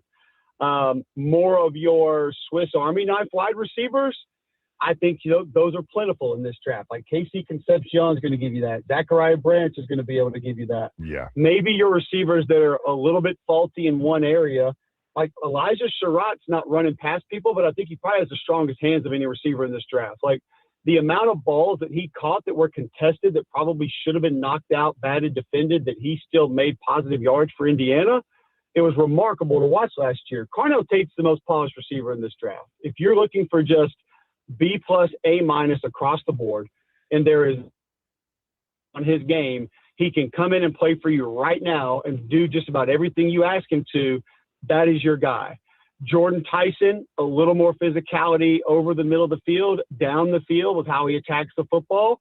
Health going to be a small concern, but he's your guy there. I do think just from a overall physical skill set and ceiling as far as ability, yeah, Mekhi Lemon has a little bit more of that. Like he's a little bit more of your sports car that's tweaked up just a little bit more from an agility, quickness standpoint, and you'll fall in love with what he potentially could end up being. I don't think there's any doubt about that. I question why Omar Cooper Jr. is not getting more love. I get the stature. I understand it. Like he's not, but we have seen how many receivers over the last 8-9 years of NFL football that have been shorter than what we're used to find ways to have success. This kid, you can throw the ball behind the line of scrimmage. He'll run across the middle of the field. He breaks tackles. He has sure hands. His biggest catches, obviously the Penn State game is going to be one. He ran the same route for touchdowns on multiple other teams. Right. If you watch the film, he ain't afraid to go over the middle of the field and take a hit. And I love his game, and I get it. People are going to look at the stature and say we can't take him super early or he's going to fall, but I just think he is a bona fide NFL slot that's going to make plays. If you need speed, take the top off. Zachariah Branch can give you that guy. And I've questioned Zachariah Branch going into last year at Georgia. I was like, this is a one-trick pony. He can return kicks and he can take screens. He really improved his game as an actual receiver last year. So I think he's somebody you pay more attention to. And then we talked about it as far as what you're going to get on a couple of these guys. I love Deion Burks out of Oklahoma. A little bit of a letdown season, but look what Isaiah Satanga did. I think he's got big-time explosive capability. Kevin Coleman Jr. out of Missouri's got explosive capability. So some of that depends on the type receiver you want. Like if you're drafting someone who can play receiver, but you want an in-house guy, a leader, the clubhouse guy, do it all, Jeremy Bernard's your guy. I love Jeremy Bernard. Like when I hear about when watching him, does he remind you a little bit of Deebo Samuel? I don't think he's that twitchy. No, I don't think he's that good run after the catch, specifically with the stuff behind the line of scrimmage. I comp him more like Hines Ward and Quan Bolden. Yeah, that's who I see when I watch him play. Like just toughness, rugged, durable. Like that's what I see when I watch him play football. So you talked about a guy I was going to ask you about because I know he caught a lot of balls at the line of scrimmage. He also had some very productive games in big games, including in the playoff game against Ole Miss. He's a lethal returner. I'm not going to call him Tyreek Hill because I think there's only one Hill, but I loved Branch watching him this year. It sounds like you didn't, but now you do. Like he's a. And that's where I was going is Washington, if they don't get a receiver, let's just say they take a Styles or a Love or a Delane, and they're looking for that receiver, and there's some depth with receiver in this draft. Their next pick is at 71, and it would be somebody like Branch potentially there. But he is what you're describing. And, I mean, listen, one of the most successful teams in the NFL for the last decade has had that guy. And you mentioned Kansas City. Tyreek Hill, they go get Mecole Hardman from Georgia. It was the same thing. Just we need a guy to take the top off. And, oh, by the way, if we throw you a screen every now and then, can you get us extra yards? Maybe we'll give you a jet sweep every now and then. And can you help us in the return game? If that's the value you're looking for in late third, early fourth, yeah, Zachariah Branch can be that guy for you 100%. He's not going to catch 80 balls. He's not going to catch 100 balls. But what he is going to do is make life easier on your first and second targets most of the time. And then he's going to give you some of those bonus yards in different ways. So he will have tremendous value. It's just not going to be in the first round. It's not going to be, I don't think, in the first 2/3 of the second round. But after that, somebody that gets him for that exact need, Kevin, he will deliver that. I don't think he is. I'm with you. Tyreek Hill's different and probably will be for a long period of time. but he is in that neighborhood of player. Those are the goods that he brings and the other things that he opens up for your team. You said you didn't like any of the guys with size, so you're not a big Denzel Boston guy or not? I think, again, if that is what you need, I think he is a very good football player. I just go back and think of that style receiver that we have been able to get the last couple of years and that we're probably getting next year. I don't put him in that category of those guys. But once again, where's he coming off the board? Are we going to get a run on receivers early, or are we going to get a run on tackles, corners, edge guys early, and then some of these receivers we're talking about are still sitting there middle of the second? Because that's a different conversation. Very good football player, not overly electric, very reliable, but a lot of that conversation is going to depend on when the run of receiver starts to happen. Because I think it's going to happen in a lot of different positions outside of center. I think there might be 7. Hell, there might be 8 NFL starting centers in this draft, and none of them are probably going to get taken in the first 2 rounds, first, 60, 70 picks. Because you can nitpick them all, and everybody's going to look at Jake Slaughter and say, okay, cool, we'll go get Parker Brailsford later, or we'll go get Logan Jones later. Like there's so many to choose from that are not that dissimilar from one another. It's going to push them all back a little bit. There's not like a Dermontti Dawson in there compared to everybody else. So I think you're going to be able to wait and get a great center, but we're talking about 5 to 7 starting centers in the NFL in this class. There's not a lot of other positions like that in this draft. So when the run starts, it's going to be a heavy run, and then they're going to run out, is why everybody else is going to take those positions quickly. And I just don't know when that run of receivers is going to start to happen. I don't think you realize this, but you may have just given us here in D.C. the most significant information that we've gotten. First of all, for those that don't know, Cole actually played center at Auburn as a college football player. But you just said there are 5, 6, maybe 7 NFL starting centers, and Washington needs a center. And they only have 6 picks, and after number 7 overall, they don't pick until the 3rd round at 71 overall. So, and then they have, a 5th, 2 6ths, and a 7th. They let their starting center, Tyler Biotish, walk. They cut him, and then he ended up signing a 3-year deal with the Chargers. They've got a backup guard who's played center right now penciled in. But it sounds to me like a team with a center need may have understood that going into this draft and is planning on taking one at some point.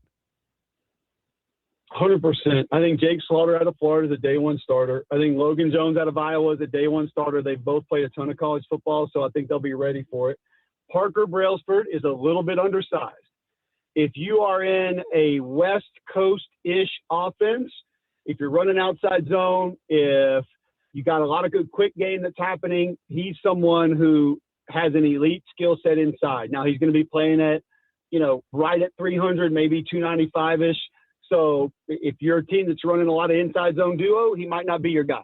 Right. But if he's a guy that you want out on the perimeter and you need him moving, you need him pulling a little bit, and you need him working different spots in pass pro, I think he's elite. There was a large portion of the season I thought he was Alabama's best football player last year. And I believe that with all of my heart. Connor Lew from Auburn hasn't played as much football, had an injury last year. You're concerned about that, but he absolutely has the skill set to be an NFL starter, just like I think Sam Hecht out of Kansas State does. So you can go down to Pat Coogan for Indiana last year. He's played guard and center. Jagger Burton at Kentucky has played guard and center. He's a little more stiff, not quite as athletic as some of the others that we've mentioned.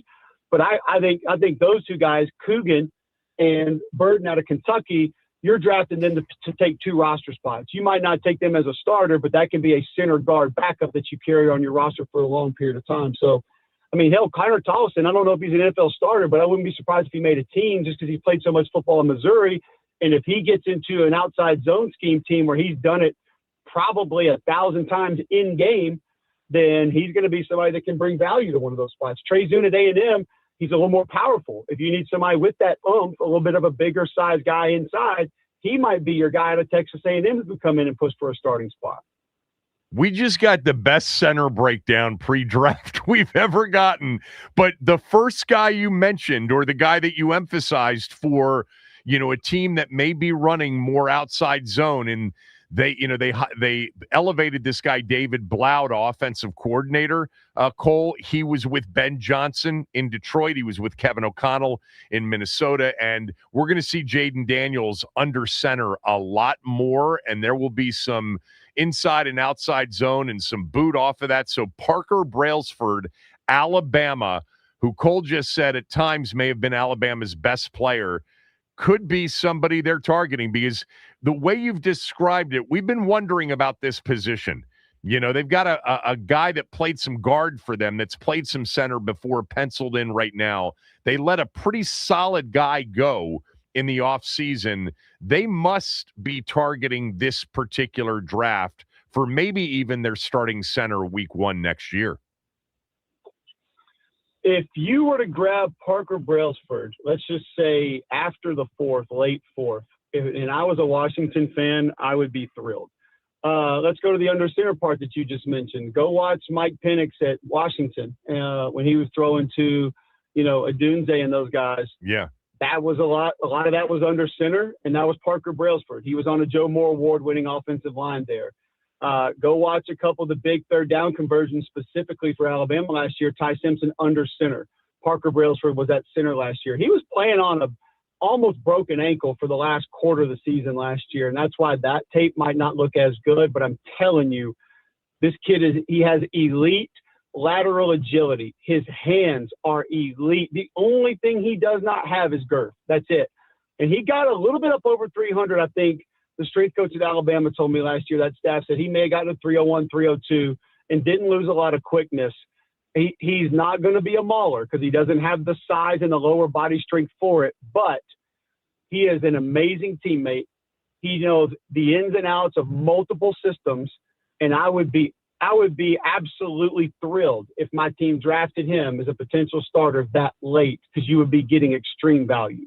Do you have any idea what his RAS score was?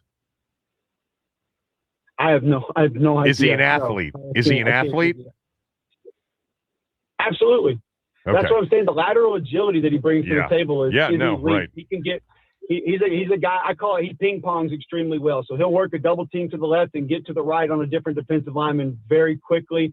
They faced a lot of twists, stunts, pressures. He's able to pop off one and get to the other extremely well.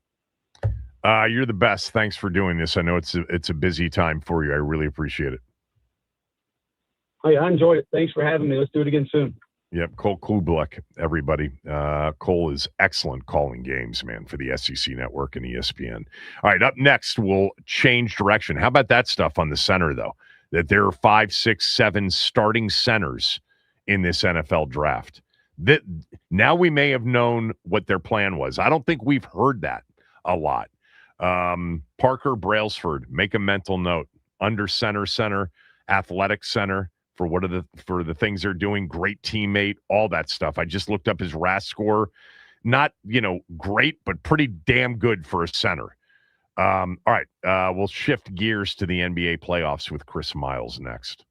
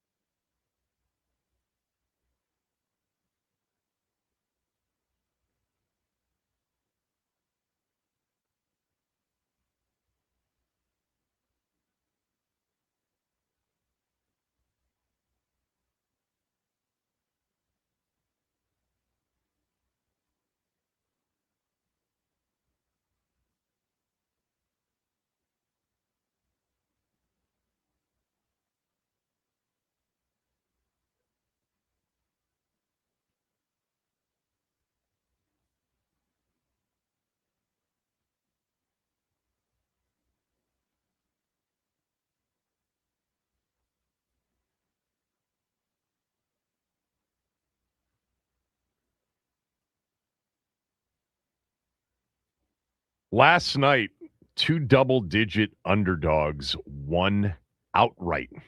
First time that's happened on an NBA playoff night in 25 years.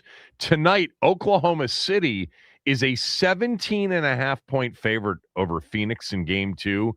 That's tied for the largest spread in an NBA playoff game in 21 seasons.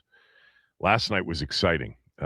If you're into it like I am, and if you complained about over the weekend, you got to be patient with this thing.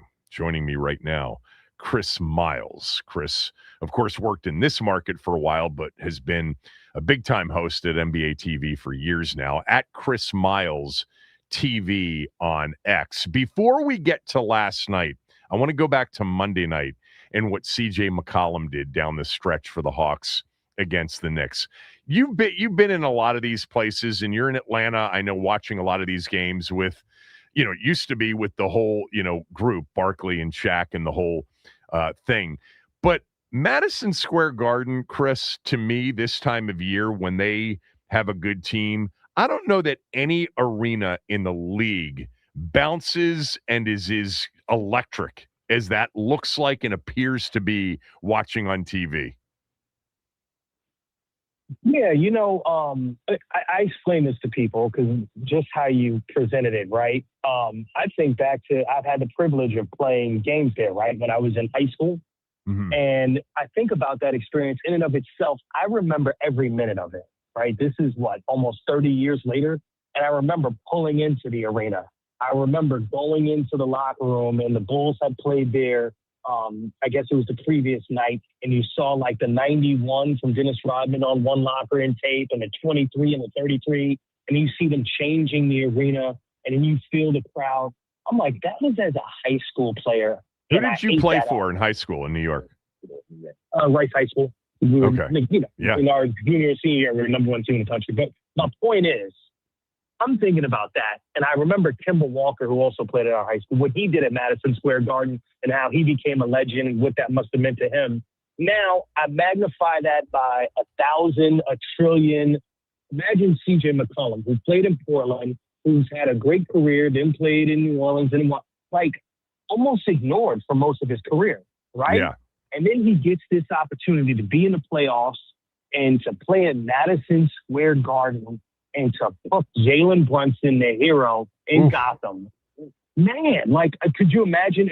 Sure, he has all the money in the world. He's done all these things in basketball. But that moment, you could see it in his energy and the way that he was playing. No doubt. To capture this.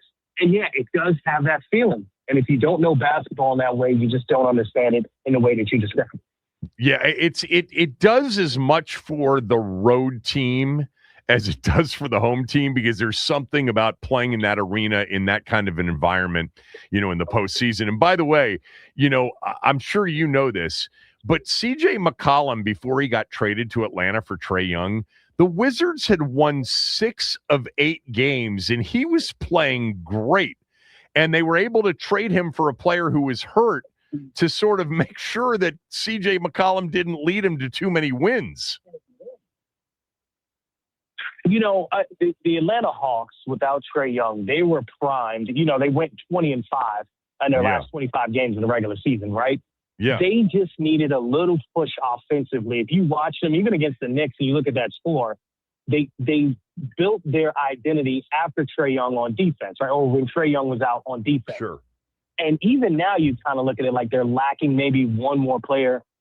CJ McCollum's providing that in these first 2 games against the Knicks. And that makes them so much more dangerous because it's like, okay, Jalen Johnson is a Swiss Army knife offensively. Nickeil Alexander-Walker had his breakout year. But now you're adding CJ McCollum on top of that. Oh, man, I just think this series is poised to be a dogfight. Yeah, it's a good one. All right, let's go to last night because I'll tell you what, very rarely do you get super shocked this time of year. And I'm not saying that the 76ers winning was like an all-time shocker, but the fact that they pulled away and won by 14, I know it was tight there in the fourth quarter for a while. How about that performance? Give me a minute on what the Sixers did last night, because I don't think many people saw that coming. Well, I think you have to hit the rewind button a little bit and understand VJ Edgecombe. I've been swinging those pom-poms for 3 years now, right? And I was told I had foolish takes on this kid. Okay, so let me explain something to you. VJ attended a rival high school of mine, Lou High, in Long Island. So, I kind of heard about him with Kai and Anthony. He was there at the same time. And I went and saw him. And I'm like, man, this kid is hyper athletic. And I look at him as like a baby Andre Iguodala, right? As I watched him progress, and then he played international ball and was cooking with Eric Gordon, DeAndre Ayton on the same team, I go, I think he's an equal prospect to Cooper Flag. And people told me, you're out of your mind. You're insane. And I'm like, look, he's the kind of player that the bigger the game, the bigger the moment, the better he is. And what we saw in this playoff series, we're trying to wonder what the Sixers are going to be in the future. VJ Max, VJ Edgecombe, Tyrese Maxey. That's it. You figure it out around those two. And I think, early in the season, we saw a coming of age of VJ Edgecombe. Now we're seeing it in the playoffs. And I think we can get used to this as long as he's healthy for years to come. He, by the way, last night, for those that don't know, VJ Edgecombe out of Baylor went for 30 and had 10 rebounds as well. The youngest player to ever do it in a playoff game since Magic, just by a few days since Magic's famous Game 6 in 1980 with no Kareem in the Spectrum against the 76ers to win a title. So do you think this is a series, or was this just an aberration one game? I can't really tell with them. And that's what I'm trying to figure out, right? Like, I can't predict that this is going to be a great series, but I think looking forward, I'm like, VJ Edgecombe, Tyrese Maxey, I'm still trying to figure that out. So I don't have that answer for you because, look, I mean, he is a rookie, right? And there's a reason why this isn't on repeat for rookies, and we don't see this all the time. I think with him, it's going to be interesting to see how the game plan changes. And if Joel Embiid comes back, that just kind of takes VJ Edgecombe out of the mix. I mean, we saw that in the regular season. VJ Edgecombe was putting up Rookie of the Year numbers. Joel Embiid steps on the floor, and he looked confused, right? Like he couldn't figure out what he was supposed to do. So I'm looking to see, what's happening with Joel Embiid, how far they're going to push, and what VJ Edgecombe can do with and without Embiid on the floor before I have that answer. Part of me just looks at that game last night, Chris, and says, Boston, this is what they do. They shoot a lot of threes. They were 13 of 50, and they had 26 feet set wide open looks, and they just missed them. And it could have been more of a bad game than a bad omen for the series. Let's go to Portland and San Antonio. First of all, what are you hearing about Wembanyama's concussion protocol? Will he be ready for Game 3? I mean, judging from what they did in the regular season with him, I just don't see him playing in Game 3. I'm following this team all year. They had him bubble wrapped, right? Like, there were plenty of times where I'm like, oh, he's ready to come back. And they sat him an extra game. Or when he did come back, in the game situations, he's sitting there, and they lost to like Memphis in February because, he reached his minutes restriction. He's chomping at the bit to get back in the game. But they're like, look, we got to be careful with you. I think because the series is tied 1-1, there's no way we're going to see him in Game 3. I just don't see that happening. Now, what's really interesting is what happens in Game 3. If the Spurs win, I do think they're going to be careful yet again. I think they treat him like he's the future of the franchise and, potentially of the NBA. And, first round rubber match is not a game. I don't think he's going to be on the floor. Even if he was cleared medically, I think they would still keep him off the Game 3. What do you think of Portland? I mean, they really started to play good basketball at the end of the regular season. I actually thought it was going to be the Clippers that were going to be in this spot playing as a 7 seed, but they lost to Portland twice down the stretch, and that was the difference between where they ended up as the 8 and the Clippers as the 9. What do you think of them? What do you think of Denny? Obviously, he was here, and he's kind of blown up a little bit. Give me your take on Portland and whether or not they can turn this into a winnable series if Wemby's out a game or two. Well, the fighting Denny obvious, right? When you think about what Denny was with the Wizards, not necessarily what he is in Portland. Okay, rookie, second-year player, we need you to go out there and guard the best wing on the other team. Remember, he took on that assignment. It's like, okay, second-year kid, you're guarding Kawhi Leonard, you're guarding LeBron James. And he did a phenomenal job. Well, now in Portland, if you look at the identity of this team, they got guys like Tumani Kamara, who's doing what Denny used to do, right? They brought Drew Holiday in. We know what kind of defender he's been throughout his career. Scoot Henderson elevating his career, coming back very late this season and playing exceptional basketball. I think things came together for them as the season progressed, and I think they're just scratching the surface. But I still think, in order to be a team that we pay attention to and we look at as being contenders or a perennial playoff team even, they're a player away. They're a 20-point per game score away. Now, if that's Scoot Henderson, that's great. But maybe that player's not on the roster. So I think if the Spurs handle their business, even last night, they're up 2-0. They should win this in 5. But they're a dangerous team that if you don't handle your business, they'll make you pay. And a lot of that has to do with Denny Avdia and the fact that he's a 20-point triple-double. So last night, we're talking to Chris Miles from NBA TV. For those who aren't following it, the Lakers are without Luka Doncic. They're without Austin Reeves. They were a heavy underdog going into this series, even though they had home court advantage against Houston. Kevin Durant didn't play game 1. The Lakers won that game. Last night, Durant was back, and LA won again to take a 2-0 series lead.